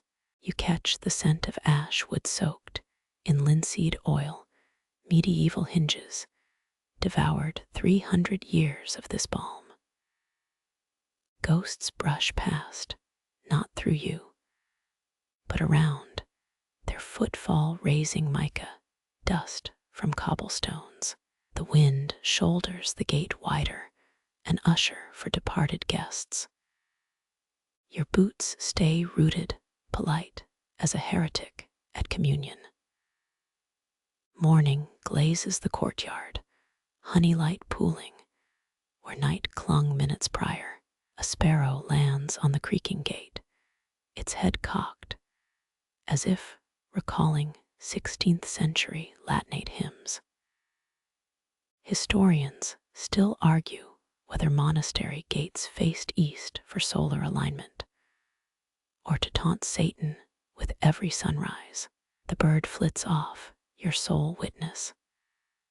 Flagstones bite through worn soles, each step a negotiation with gravity's new claim. You glance back, the guesthouse squats under its own history, windows shuddering in their frames. 17th century travelers swore dawn winds here carried half-finished prayers. Your nape prickles with phantom vowels. The oak doors seal themselves, a throaty exhale as wood kisses stone. No click of latches, just silence settling like mortar dust. You pocket a pebble from the night gardener's folly, its edges rounded by centuries of impatient boots. A memento or future ammunition.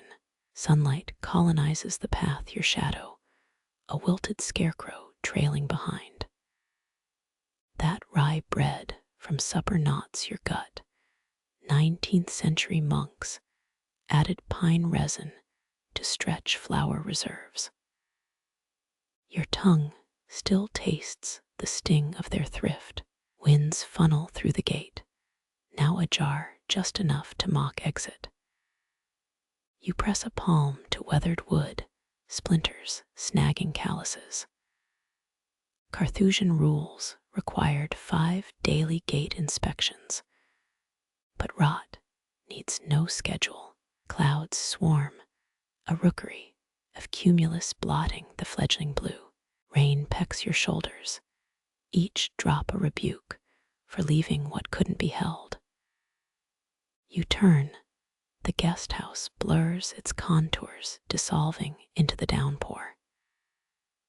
1860s ledger mentioned a prior who drowned in this courtyard, his footsteps still swimming in puddles.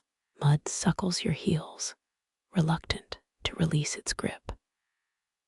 A crow caws or mimics the caretaker's raspy amen, you decline to decide.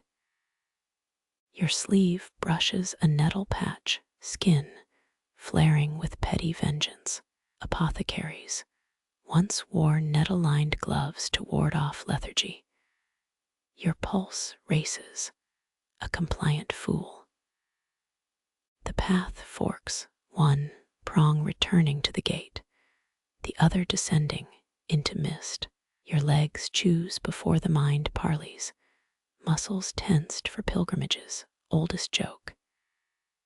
The mist thickens, a woolen shroud dropped by some thrifty apostle. Lightning fractures the gloom, a dendritic scar across the sky. Thunder follows its growl, sinking with the gate's distant groan. The 1423 fresco in the scriptorium depicted storms as God's embroidery. Your drenched tunic suggests a dropped needle. Hail arrives, ice pellets etching catechisms into your scalp. You shelter under a linden, its branches bowed under rook nests and old grudges. The guest house chimney pierces the storm, a stone finger gesturing almost, but not quite. Rain drains from your hairline, a cold finger tracing the spinal ledger. That bathhouse steam feels lifetimes gone, rosemary ghosts accusing you of faithlessness. You snort, a laugh for the hailstone now melting down your collar. Sun resurfaces, half-hearted its beams slicking the mud like oil on parchment. The gate stands closed, no trace of your palm print, no trace of dawn's negotiation. You count 93 steps before permitting a backward glance. Habit's hangnail. The guest house is gone, or never was, or persists as stone and story. Your pebble warms, a little furnace of maybe. If historians ever excavate this path, they'll find your boot scuffs and argue whether you fled or were absorbed. Wind stuffs your lungs, a final communion wafer of dust and mist. You walk, or the road unravels beneath you, its cobbles dissolving into gravel, gravel into dirt, dirt into the unmarked wild. The gate's sigh pursues, a thief of last words. Night will fall unasked, and with it, candle flares in 100 windows. Rooms will inhale their walls, pressing closer to secrets. Dawns will come, gates groaning for winds that mock keys. You'll remember none of it. Only the pebbles wait, a sesame seed in time's bread. And when the crow finds you, miles hence, it'll tilt its head as before. You'll nod, comrades in shrugged-off sanctuaries, and let the rain resume its interrogation. The guest house persists, not in stone, but in the way your shadow now hesitates at every threshold. Your sleeve drips, each droplet scripting psalms in the mud. One hitches on the cuff, trembling, before joining the chorus below. You hum a melody scraped from the scriptorium's dust, a lullaby for lock plates and tired hinges. No one meets you at the crossroads. No one ever does. The pebble migrates to your palm, its edges pressuring lifelines. Tossed, it'll arc, a comet stripped of ambition, then plummet. You pocket it instead, another inmate in memory's oubliette. The storm retreats, dragging its gray cassock across the horizon. Somewhere a shutter slams, its report smothered by veils and violet clouds. You count breaths, not heartbeats, as the guest house keyhole swallows one final sigh. The gate stills, its iron song swallowed by creeping moss. Your palm lingers, splinters become veins, whispering how even thresholds tire of goodbyes. The pebble sleeps in your pocket, a smooth secret too quiet for scholars. Moonlight spills through fractured clouds, cobblestones shining like wet ink. You walk not away, but beside yourself, boots shedding mud and centuries with equal grace. A nightjar's cry stitches earth to sky. The guest house quietly unthreads. Dawn's first light curls around distant hills, a beggar pleading for silence. Your shadow stretches, no longer tethered to stone, melting into the road's gray tongue. Rain arrives as an afterthought, baptizing the breadcrumbs left for crows. Wind combs the pines, each needled breath a forgotten hymn. You taste rosemary on the air, though no gardens grow here now. The pebble warms time's ember as the last gate rusts shut inside your ribs. Step slow, a tired river finding its bed. Fields rise to meet you, their grasses bowing toward some unclaimed sanctuary. You hum, the sound becomes a bridge, then a door ajar, the guest house, sighing into fog. Sleep comes as a pilgrim, barefoot and wordless. It lifts the pebble from your palm, places it gently on the tongue of the horizon. You need not count breaths anymore. Somewhere, a sparrow tucks its head, a key turned in the lock of morning. Rest now. The stones remember, so you needn't. The path ahead wears your name. A borrowed cloak, softened at the edges, ready to return to earth.